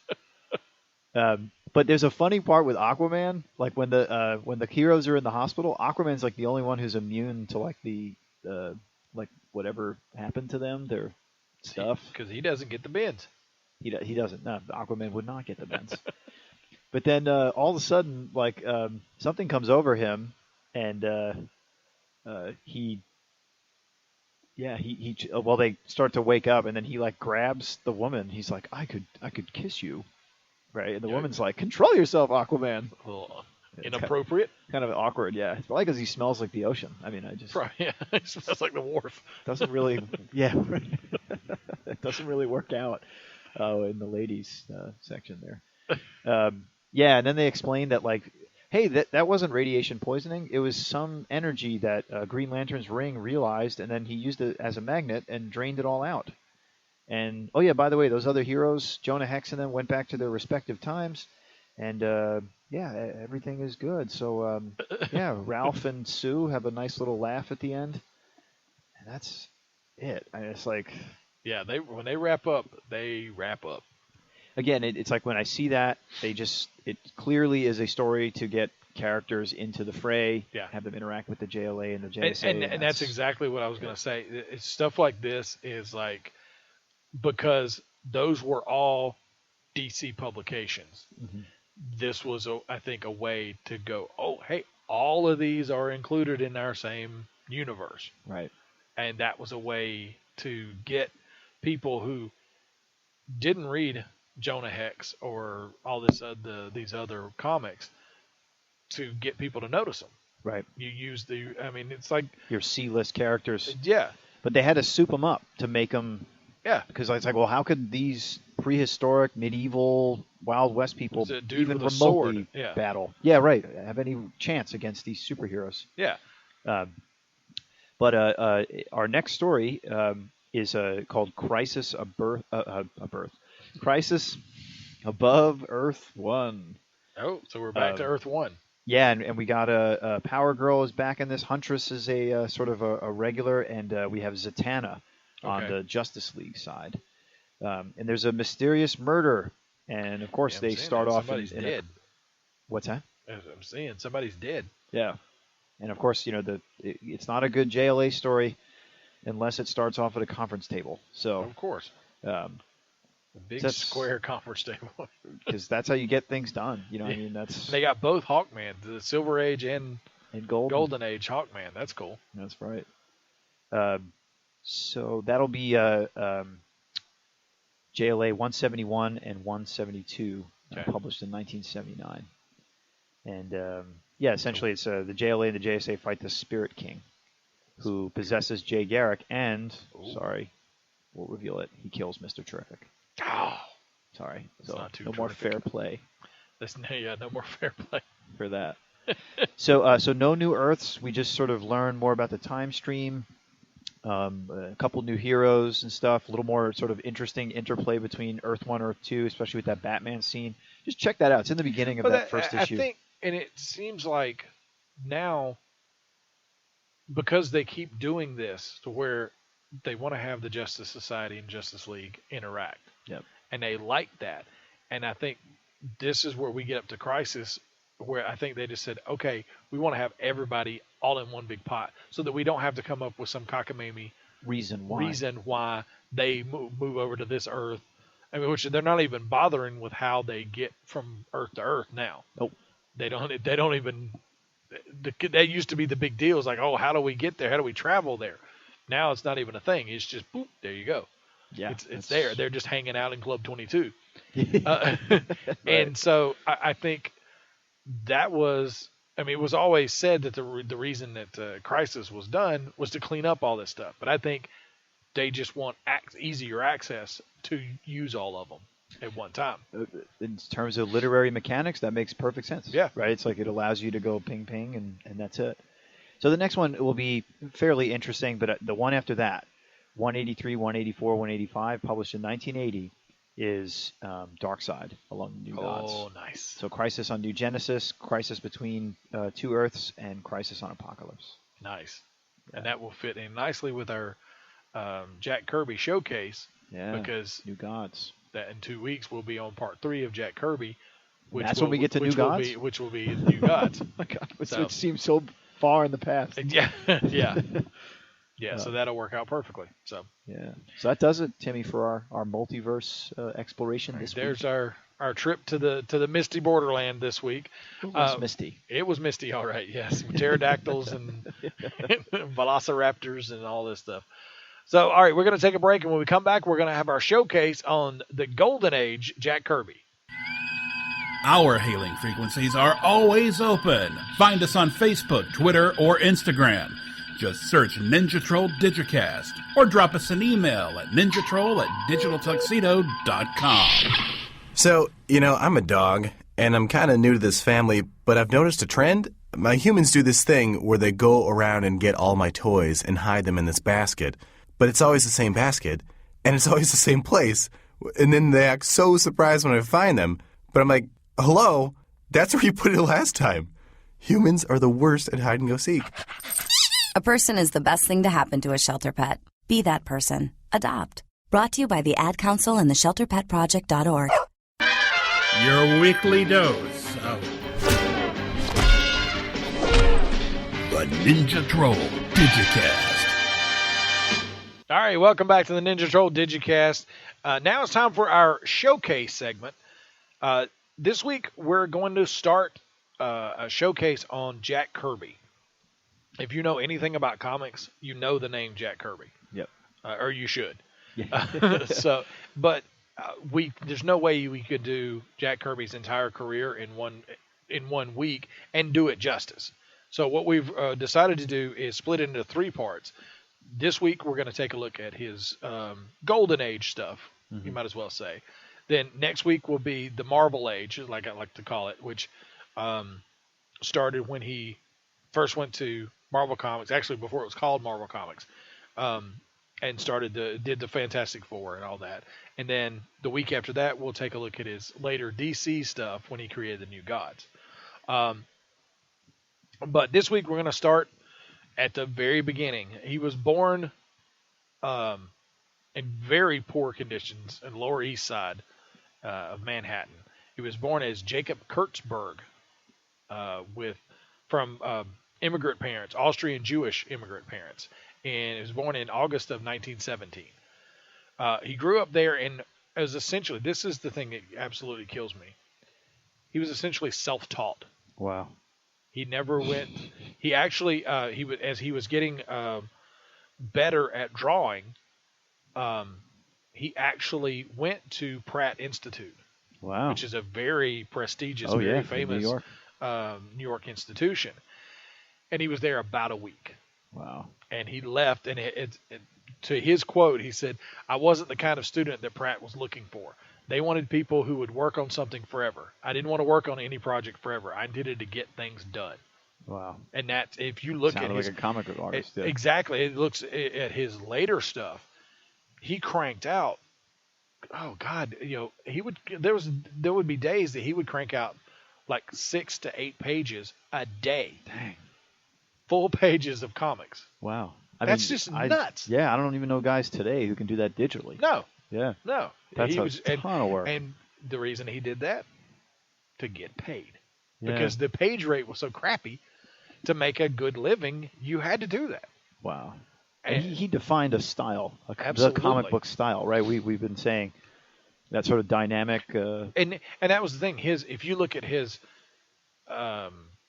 drawings, as far as anatomy and physiology, they're not good. No, they're exaggerated. But what they do is they're visual storytelling. They convey motion, emotion. When a punch is coming at you, it's a Jack Kirby punch is a whole different thing. Oh yeah. Because the fist is like ginormous. Right. But it made it more 3D. Mm-hmm. It allowed them to seem like they were jumping off of the page.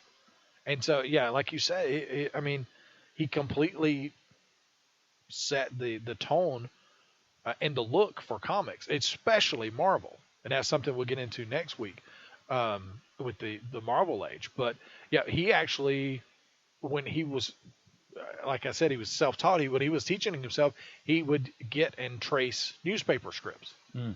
He would, Milton Caniff as Terry and the Pirates, Hal Foster's Prince Valiant and Tarzan, and especially Flash Gordon from Alex Raymond. Cool. Which a lot of it is a influence on a lot of the Golden Age comic book artists. Right. But Kirby would basically look at them to get techniques. Right. But he then had his own specific style, where other people would copy completely Alex Raymond's style from Flash Gordon. Kirby had his own unique style. He just got the techniques from there.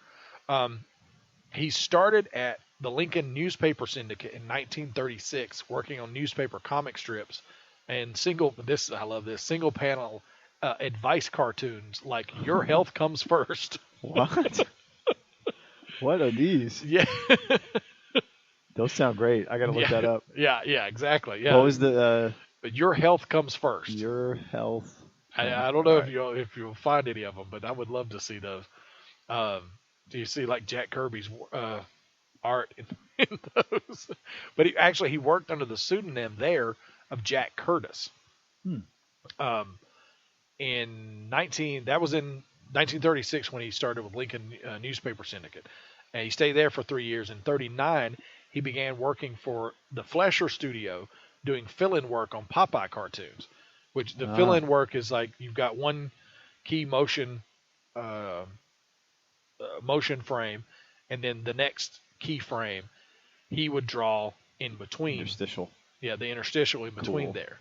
So, but he left that very quickly because it was, as he described it, it was a type of factory existence. Oh.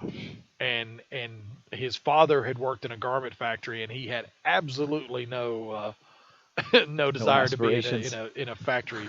And it was also a situation where he saw labor unrest coming. Mm. And so he left because he didn't want to all of a sudden find himself, hey, we're going on strike, you're coming with us. Yeah, there's no career. Yeah. So he didn't want to be in that situation. So he left there fairly quickly.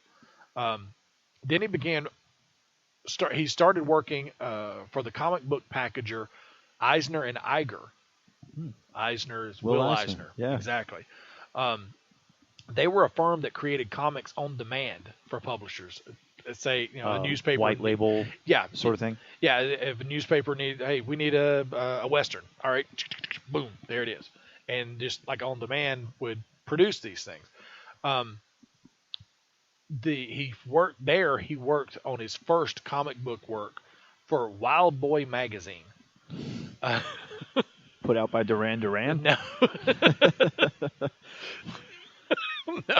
Sorry. You'll good. have that song, musical duct tape. Yep. There it is. It's stuck in my head now. It's a Wild Boy magazine? Yes, Wild Boy magazine. Oh, my Lord.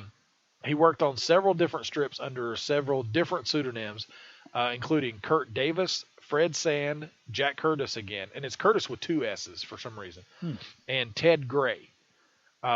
He first used the surname Kirby in 2 Lone Rider stories in Eastman Colors' Famous Funnies, number 63 and 64, as Lance Kirby. It's a very Western-sounding name, so yeah, it's perfect. But Eastman, right? Kodak Eastman. Yep. Cool. Yep. So they did Famous Funnies. He finally settled on Jack Kirby because he said that it reminded him of actor James Cagney.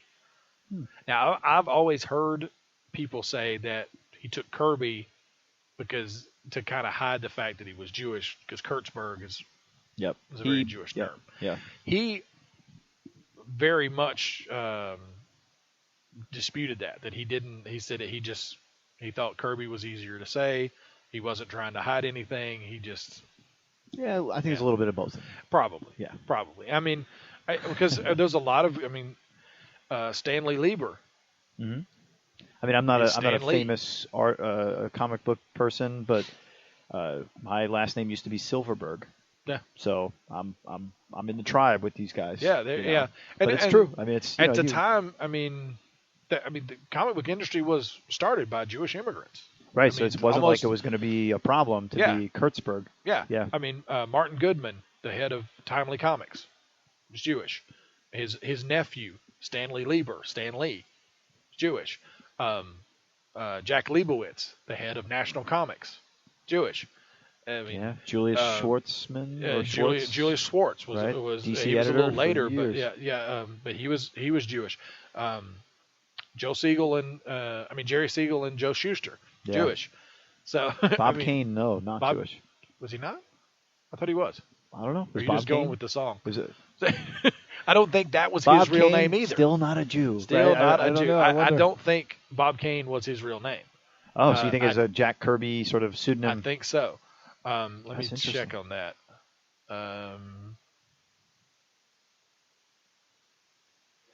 James Cagney. No.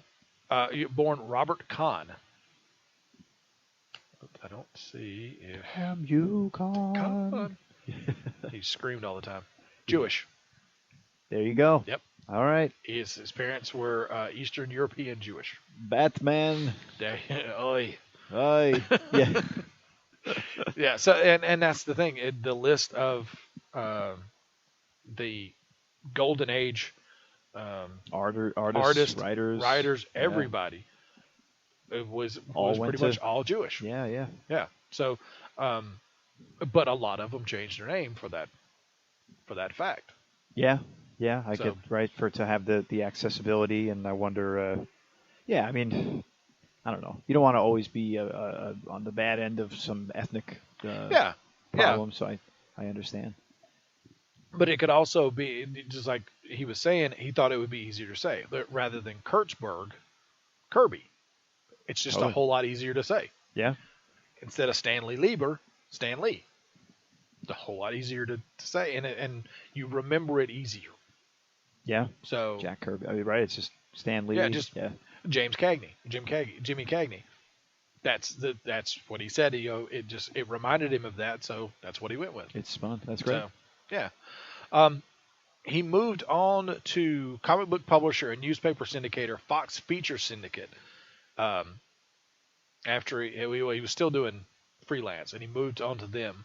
At the time, their biggest character was the original Blue Beetle. Yeah. This was Dan Garrett, the Golden Age Blue Beetle, which Beetle was one of the first costume superheroes. Wow, he was a spy, right? Or what was his sort of? Or was he the genius? No, he was a cop. He was a cop. He was a cop. So was he like the Blue Beetle, the Green Hornet kind of thing? No, he. I think he even predated the Green Hornet. Wow. He was created in 1939. Wow. He was not long after Superman and Batman. No. So, but yeah, Dan Garrett was the original. I believe he was. Yeah, he was a police officer, and he had a special bulletproof costume and took vitamin 2X, which endowed him with super energy, and was assisted by a neighborhood pharmacist in his fight against crime. Oh, Nurse Jackie. He got him the jugs. Yeah. But at Fox, that was their biggest thing. He started working on the newspaper Blue Beetle strip under the house name Charles Nicholas, because that wasn't Charles Nicholas was just a house name. Different people used it. Oh, as a just so you could have a consistent exactly. Yeah. Author. Okay. Let's see. Actually, I'm looking. This is the Fox. So I'm seeing like Fox had these like they were crime comic centric and like Zoot comics, where like a I don't know what you call that, cheetah clad bikini lady with bow and arrow taking on natives. Yeah. And all sorts of. But that was kind of the thing at the time. It was like everybody had those different. They're all pinup ladies. Yeah, they had a different flavor of all these different ones. When he was working on that strip, he met and started collaborating with another Fox employee, Joe Simon. Oh. There's another famous name. Yes. Simon asked Kirby if he would work with him on some freelance strips, and the two started working on Blue Bolt, which Simon had started, but he got Kirby involved on the second issue. And I haven't heard of Blue Bolt. Blue Bolt is the only reason I know it is because they created it, or didn't create it, but they had worked on it. Gotcha. And that started a partnership that lasted close to 20 years. Awesome. With Kirby and Simon. The two of them soon left Fox and went to pulp magazine publisher Martin Goodman's Timely Comics, the company that would become Marvel Comics years later. The duo soon created the patriotic superhero Captain America. Awesome. They made a deal with Timely where they would receive 25% of the profits from the feature. Wow. As well as staff positions as editor and art director for the two of them. Which, that's a big deal at the time. Yeah, that didn't exist. Oh, yeah, yes, you got to earn it with a real knockout comic. And this was it. Captain America, the first issue, hit stands, and now I love this fact.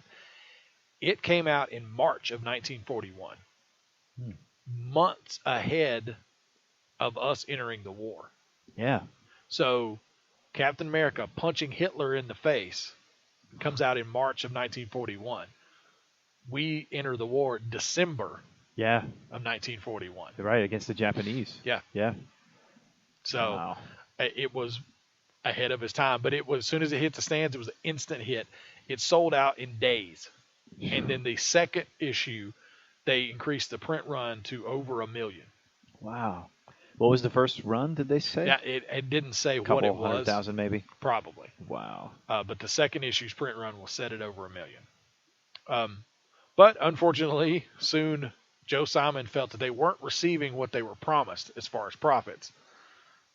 Age-old story of the comics industry. Hiding money. And that's the thing. When you make a deal for the profits from something, you can cook the books.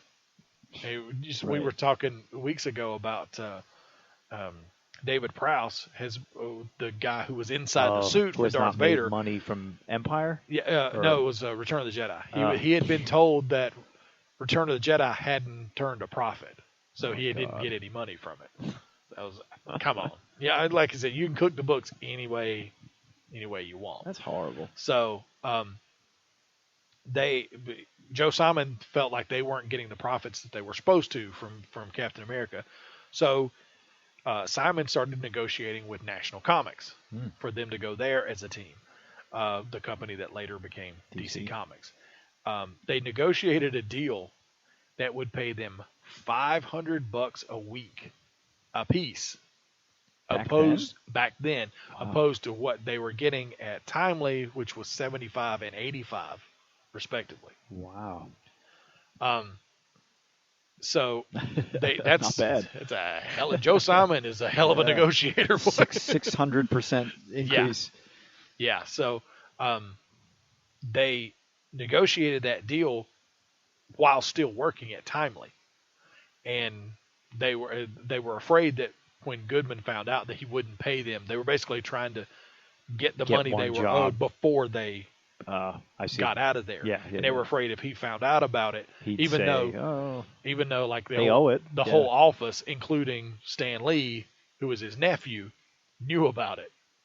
And so, but he eventually found out and just basically told, all right, they finished Captain America number 10 and then said, all right, hit the road. Wow. So they never really, so basically all they got out of Captain America was a huge reputation in the business. That's amazing. Yeah. Yeah, right. I mean, not much money. They didn't get what they felt like they were owed, or obviously, I mean, if it was sold that many, it was a hell of a profit involved.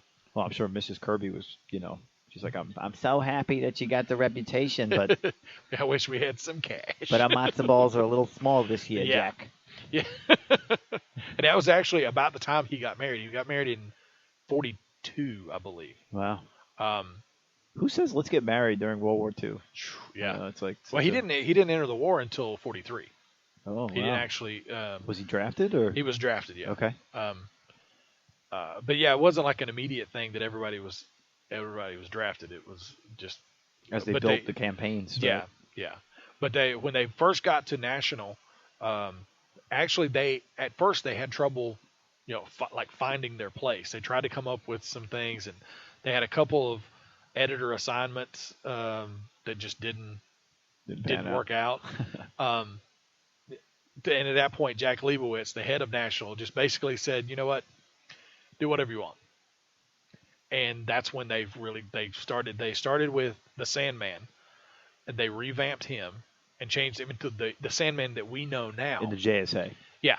Not Morpheus. No, not Morpheus. No. Yeah. The gas mask, fedora wearing. That's smoke. That's their version. Okay.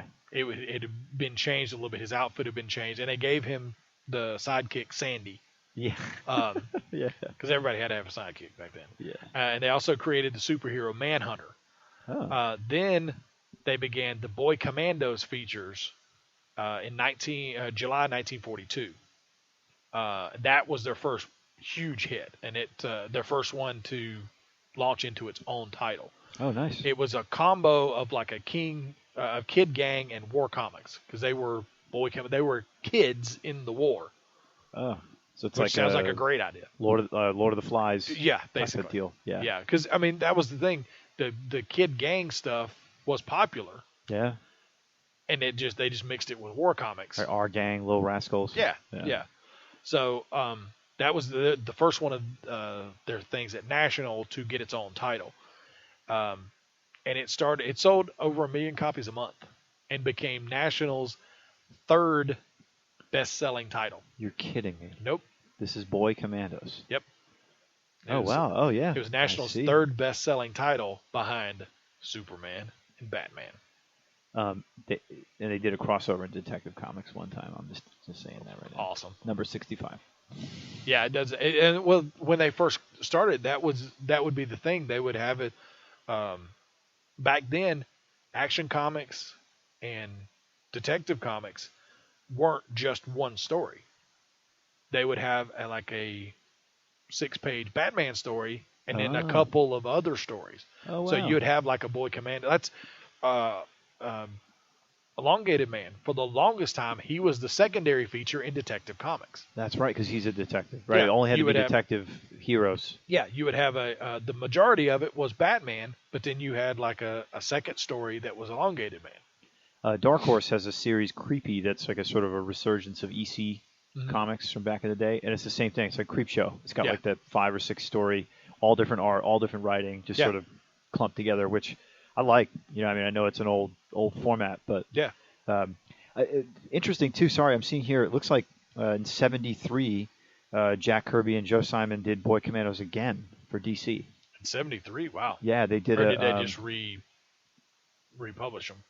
They may have. Yeah, I'm seeing here in the 1970s during Kirby's involvement with DC, several of their stories were reprinted in various books. Yeah, they redid the covers. That stinks. It only lasted 2 issues. Yeah. It was a little past its time at that point. So. But they also introduced the Newsboy Legion, which was essentially like the Boy Commandos on the home front. That was in Star Spangled Comics. Okay. But with the war underway, Leibowitz expected both of them to be drafted. Like you said, well, they're ramping up the war effort in Europe. You're expecting guys to be drafted. So he wanted them to create a stockpile of work to publish while they were gone. Seriously? Yep. Wow. So they hired writers, inkers, letterers, and they got a year's worth of material. Can you imagine? Okay, You're still doing the stuff that you're working on, but you have to get a year's worth of stuff built up before you go. Yeah, it was crazy. I can't even it's imagine. It's all pencils, though, right? It's because the inkers would have finished the books. Yeah, they were. I mean, that was the thing. They hired the writers and inkers. It was basically like their studio. Like Siegel and Schuster had their own studio. Yeah. Where they hired guys to produce work. The same kind of thing. They just did that just to stockpile stuff so he would have it while they were gone. Wow. So, he went into the Army in 1943, and served until 45, earning a Combat Infantryman badge and a Bronze Battle Star. At one point, his lieutenant found out who he was and what he did for a living, and he had him go up, scout where they were heading, and draw maps. Oh, perfect. It's perfect, but very dangerous. Oh, yeah, right. Yeah, okay. So, but Makes sense, yeah. I mean, that would be, it was one of those things like, okay, if somebody had one of those maps that he drew, there's just a weird. What a piece of that's like Pawn Stars, like level. Exactly, yeah. Jack Kirby drew this in the war. World War II map, yeah. At the same time, Joe Simon was in, I think he went to, I think he went to Europe as well. Okay. I don't know, but they were both in the war. After the war, when they got back, they found work at Harvey Comics and went back to the formulas that worked for them, the Kid Gang Adventures and Superheroes. They created Boy Explorers Comics, Western Boys Ranch, the Superhero Stuntman, and to capitalize on the 3D fad, Captain 3D. Yeah, who's getting beaten up in the... in the... What story had him in it where he was like, was it in Sandman, Captain 3D? I don't remember. It was something where he comes apart, like he unravels, or he picks up the mantle of the previous, I forget. I don't remember. Anyway, but that's good to know his origin there. Yeah. Yeah. And they at the same time, they also, while they were working for Harvey, they freelanced for other companies, working on crime titles. Real Clue Crime and Justice Traps the Guilty, which may be one of my favorite titles ever. I want a T-shirt that says that. Justice Traps the Guilty. Yeah. But after the war, their biggest hit came from creating an entire new genre of comic books, romance comics. Awesome. They created the whole thing. So they're the original rom-comic. Yep. Okay. There you go. Wow. The awesome. The magazine, the True Confession magazine, True Story, was very popular. So Kirby had this idea to make it into a comic. He made a mock-up of the first issue of Young Romance, which was what ended up their book that they put out. Yeah. And he showed it to their bosses at Crestwood Publishers, one of the freelance places that they worked for. Again, Joe Simon jumped in with the negotiating. This dude was awesome. He asked for 50% of the comic's profits. That's huge. And Crestwood agreed, but stipulated that they would make no money up front. So it was all on the back end. It had to be, okay, so whatever net. Exactly. came out. Oh, yeah. boy, okay. Young Romance #1 became a huge hit, and it sold 92% of its print run. That's unheard of in consignment days like that. Wow. It's just nuts. By the third issue, the print run had tripled. So it was selling so much. It was like, okay, double it and then double it again. So, yeah. So wow. and it was very soon joined by Young Love. They made another title to go with it.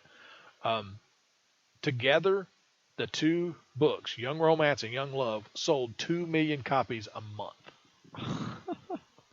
It's nuts. That's amazing. New titles were very soon released by Crestwood and knockoffs by virtually every other company, I bet. including Timely, National, Harvey, Fawcett, yeah, all of them. Oh boy. But this, and they obviously got money, the money that they deserved from this one, because this allowed Kirby to buy a house for the family. In Long Island. In Mineola, Long Island. You got it. Look at you. They bought a house that they lived in for the next 20 years. Yeah. So that was part of that migration. Most people, my grandparents, my stepdad's parents moved out from Brooklyn to East Meadow. When it was farmland. It used to be nothing but farms. Yeah. So that's awesome. And he had a studio in the basement that was 10 feet across that the family referred to as the dungeon. That's where he did his work every day. Yeah, so that's great. In the 50s, Timely Comics became known as Atlas Comics, which it's funny that we didn't even realize that until, because we thought some July. company bought Cap, right, when you did your Cap run through. Yeah, we looked back and saw that Captain America was published by Atlas Comics in the 50s, and I never even realized that they changed their names. Ooh, yeah, right. Yeah, so, Timely became Atlas Comics, and they attempted to relaunch Captain America, which really kind of pissed Simon and Kirby off. I bet. So they basically said, okay, let's show them how to do Captain America. And so they created the Fighting American. And this was right in the middle of the McCarthy era. Huh. The whole the Red Scare, when everybody was afraid of the commies. So the first issue of Fighting American was like full-on commie smasher kind of. Yeah, I see. He's full like, deal. He looks very much like Cap. Yeah, absolutely. He had the star in the center of the chest and the whole deal. Yeah. Yeah. He's got a sidekick. And he's got a sidekick. Exactly. Everybody had to have a sidekick. But by the time the second issue came around, you could tell that, okay, MacArthur's gone a little too far, so let's not really jump on that anymore. So they turned it actually into superhero satire.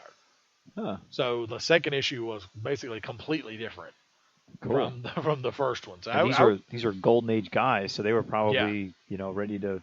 Yeah, they were ready to lampoon it. Yeah. So in 1954, Simon and Kirby actually launched their own company called Mainline Publications. Oh. They published 4 titles: Bullseye Western Scout, which is obviously a Western. War comic called Foxhole, and they promoted it as being done by real veterans. Oh, that was the thing. There was plenty of other war comics, but they were like, oh, we were the only ones they're actually made from real Girl Scouts. Yeah, exactly. Yeah. Yeah. Then they did In Love and Police Trap. So they're going back to their westerns, war comics, romance, and crime. The stuff that hits. They know the stuff that hits, so they go to all those. Unfortunately, they took some of the old artwork from their Crestwood work and republished it in some of their mainline publications. And Crestwood saw it, got pissed off. Sued them, or no? They weren't. They just told them they weren't going to pay them the rest of what they were owed. So then Simon and Kirby called for an audit of the Crestwood books to see if they were getting what they were supposed to, and it got really nasty. They claimed Simon and Kirby claimed that they owed them $130,000. Whoa. Crestwood ended up paying them $10,000 plus the stuff that had been held back when all the the crap had first started. Oh man, it's a recurring thing. Yeah, right. Always fighting the man. In Kirby's career, he would always end up. He didn't stay at any one company very long. No, because he would end up in a dispute on pay or. Well, he'd do something to blow up, and it Yeah. would make the company amazing. And he said, "Well, I And he understand. didn't get anything. I want to own my masters here." Yeah. And then, And that's the thing. Yeah, this is selling. Yeah, Young Romance is selling. Great. If they hadn't made that deal, they wouldn't have got anything out of it. oh man, And then even Captain America was selling great. They made the deal, but they still didn't get what they should have out of it. It's kind of the story of Siegel and Schuster as well. yeah, They right. sold Superman for what was it, $150? Yeah, for a flat fee, right? Yeah. No royalties, no Nothing. Yeah, not even real acknowledgement. Yeah. Right. Yeah. And so that's kind of the recurring theme there. But at least he pushed back, and he had the ability to do that Right. because He's he got could the just go talent somewhere else and to do the same thing again. be fine. Yeah, That's right. But that kind of started to create a strain on the Simon Kirby partnership. Really? And Joe Simon just basically decided, I'm just leaving comics, going to go work in advertising. It wasn't a bitter split at all. He decided that he was going to go work in advertising, and Kirby stayed in comics, and that was it. Interesting. But they had worked together. That was in, I think, 56. So it had been 16 years. Wow. That they'd been working together. I mean, and just building Mm-hmm. everything as it's unfolding. The whole industry. I mean, even surviving the downtime. Yeah. And after the war was over, Comics were kind of nothing. busted. Yeah. Yeah. But Kirby, after Simon left, Kirby continued to freelance, and he actually returned for a time to Atlas Comics, even though he was ticked off at him. A job's a job. But at the same time, he was freelancing for National as well. So, I mean, somebody with his ability to crank out that many pages, you could do that. Yeah, and then bounce, and then be a road scholar, and go to the next place and start to make more stuff. And it worked for him at the same time. I mean, if he was able to crank out that many pages in a day, yeah, you could do that. Yeah, it's like Google hours. Get your work done. Doesn't matter when you do it. For National, Kirby co-created the Challengers of the Unknown, which I've heard of them, but I don't necessarily know a lot about that team. I don't think they had powers, though. Yeah, they're a group of fictional characters. They explored science fiction and paranormal occurrences. Okay. Yeah, he liked the science fiction stuff. He would come back to that very often. And actually, while he was there, they're citing as being a potential influence for the Fantastic Four with Stan Lee. Okay. So they're saying that elements were brought into the. Okay. Yeah, well, there's 4 of them. Makes sense. Yeah. It was just a couple of years before. So yeah, while he was there, he created Challengers Unknown, and he was working on just different titles: House of Mystery, World's Finest, Adventure Comics. He did a run on Green Arrow. Cool. And recast Arrow as a science fiction hero. And it kind of pissed Mort Weisinger, the creator of Green Arrow. It kind of pissed him off. Yeah, it's a little strange. He did not like that at all. While he was there, an editor at National, Jack Schiff, helped Kirby get work on a comic strip called Sky Masters of the Space Force, and eventually got into a contractual dispute with Kirby, claiming because he got him the job, he deserved some of the royalties. Kirby pushed back. Schiff actually sued him and won, but you can guess that kind of soured him on working at National. Yeah. So in 1958, Jack Kirby left that company. Wow. And that's where we're going to leave off here, because his next move is to, I don't even think it'd been named Marvel yet. I think it probably was still Atlas. Yeah, around that time, right? Because that was when Cap resurfaced, right? Mid-50s. Yeah. So So yeah, that's his next move. So that's where we're going to leave off, and then we'll pick up next week in our Jack Kirby showcase with the Marvel Age. And it's like we were saying. I mean, that right there is a full career. I'm stymied by how much he's done. Yeah, I mean that's a full Hall of Fame career right there, and he hadn't even hit his stride yet. No Fantastic Four yet. Yeah, right? I mean so he was born in 1917. 1917. So at this point, 1958, he was 41 years old. Wow. So I mean, he had already had an incredible career. He's still a pretty young man. Yeah. And obviously still had a whole lot left to go. So that's right.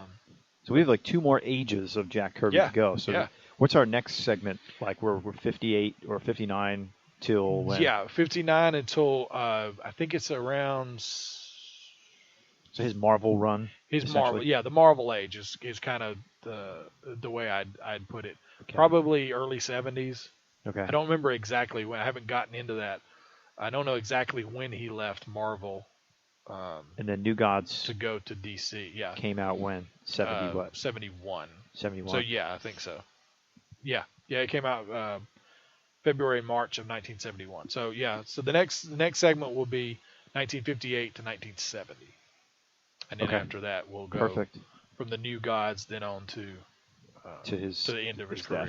Yeah. That's great because then we'll have that'll sync up perfectly with our crisis stories, as you said. Right, we'll have that Crisis on Apocalypse and the New Gods. And I actually a couple of weeks ago I went to a like an antique store, and I ran across a couple long boxes, so I started flipping through. And Topps Comics, this had to be really close to the end of his life, around 93, they put out what they called the Kirbyverse. Kirbyverse. It was his own creations. And so I found a Topps Comics, and this is the Topps card company. Yeah, they tried for a while to get into comics. Yep, I remember during the boom, and it was. I'm trying to remember the one I found. It was there was a bunch of different. Well, that was the one with Savage Dragon, Bombast. Yeah, Captain Glory. That's the one I found. Captain Glory. But yeah, like when I'm flipping through them and you see Kirbyverse at the top, or I saw something, but then you pull it out and it's just vintage Kirby. There's no denying that. Awesome. That when you see it. So of course that one had to go with me. Yeah. It was not really worth anything, but because this never really caught on, because Topps, while they're really good card company, they didn't really know what they were doing when it came to comics. No, they did X-Files, Mars Attacks, Jason versus Leatherface. Oh Lord. Another Kirby one. It looks like Satan's Six. Was another. I remember that one. Captain Glory. Glory. Night Glider. I remember that one. Yeah. Lady Rawhide. They seem to do things that were connected to television and movies. It looks like. Yeah. Jurassic Park, Bram Stoker's Dracula, Xena. That seems like what Topps probably picked up on. They're kind of, IDW is kind of doing that. They like I said, they tried to get in to the comics during the boom, but at that point you're starting 93 when they started doing this. They were kind of on the downslide. Yeah. So combined with the fact that they were a card company and not a comics company, it didn't really work all that well. So yeah. So I want to let everybody know that this Friday night we're going to be at the Crawl Before You Ball Art Crawl. This is on Central Ave. It's 1226 Central Avenue. It's August 28th. It starts at 8 p.m. and goes till 2 a.m. That's a flexible time. But the cool thing about it is that it's live art, some music and food and some drinks and all that stuff going on. It's a really cool environment. I'm going to be one of 8 artists who are going to be live painting. So I'm going to post later on this week on my Instagram at Mike Wirth, MikeWirth. I'm going to post the line art drawing that I did of a special custom Supergirl. Cool. So I'm excited. And then I'll have a brand new piece that I just did of Carrie Kelly, who is the Robin from. Robin, yeah, I've seen that. It's very, very good. It's awesome. Well, I appreciate that, and that'll be up on the wall and for sale. So cool. Yeah, cool. A lot of good artist friends will be there too, so it'll be a good time. All right, cool. Well, keep on the lookout for that. For what your Instagram again was at Mike Worth. At Mike Worth. Yep, WIRTH. You got in early on the Instagram if you got your actual name. I don't know how that worked. Yeah. Now people have got to be Mike Worth. Double niner. Yeah, something like that. So, All right. Well, that's going to do it for the Ninja Troll Digicast. For all the latest news from all around geek culture, make sure you follow us on social media. Facebook.com/Ninja Troll Digicast. Twitter @Ninja Troll Show. Instagram @Ninja Troll Digicast. And YouTube, our new direct link to our new YouTube channel is youtube.com/C/Ninja Troll Digicast. And you can always visit us at ninjatrolldigicast.com. And while you're there, click on the subscribe to iTunes button to get the Ninja Troll on iTunes. So make sure you join us next week. Same Ninja time, same Ninja channel. You've been listening to the Ninja Troll Digicast. Tune in next time when you'll hear Tim say, "It's a mystery, and I don't like mysteries. Give me a bellyache, and I got a beauty right now." This is the Ninja Troll Digicast, the defenders of all things geek culture. Don't go ninja, nobody don't need ninja.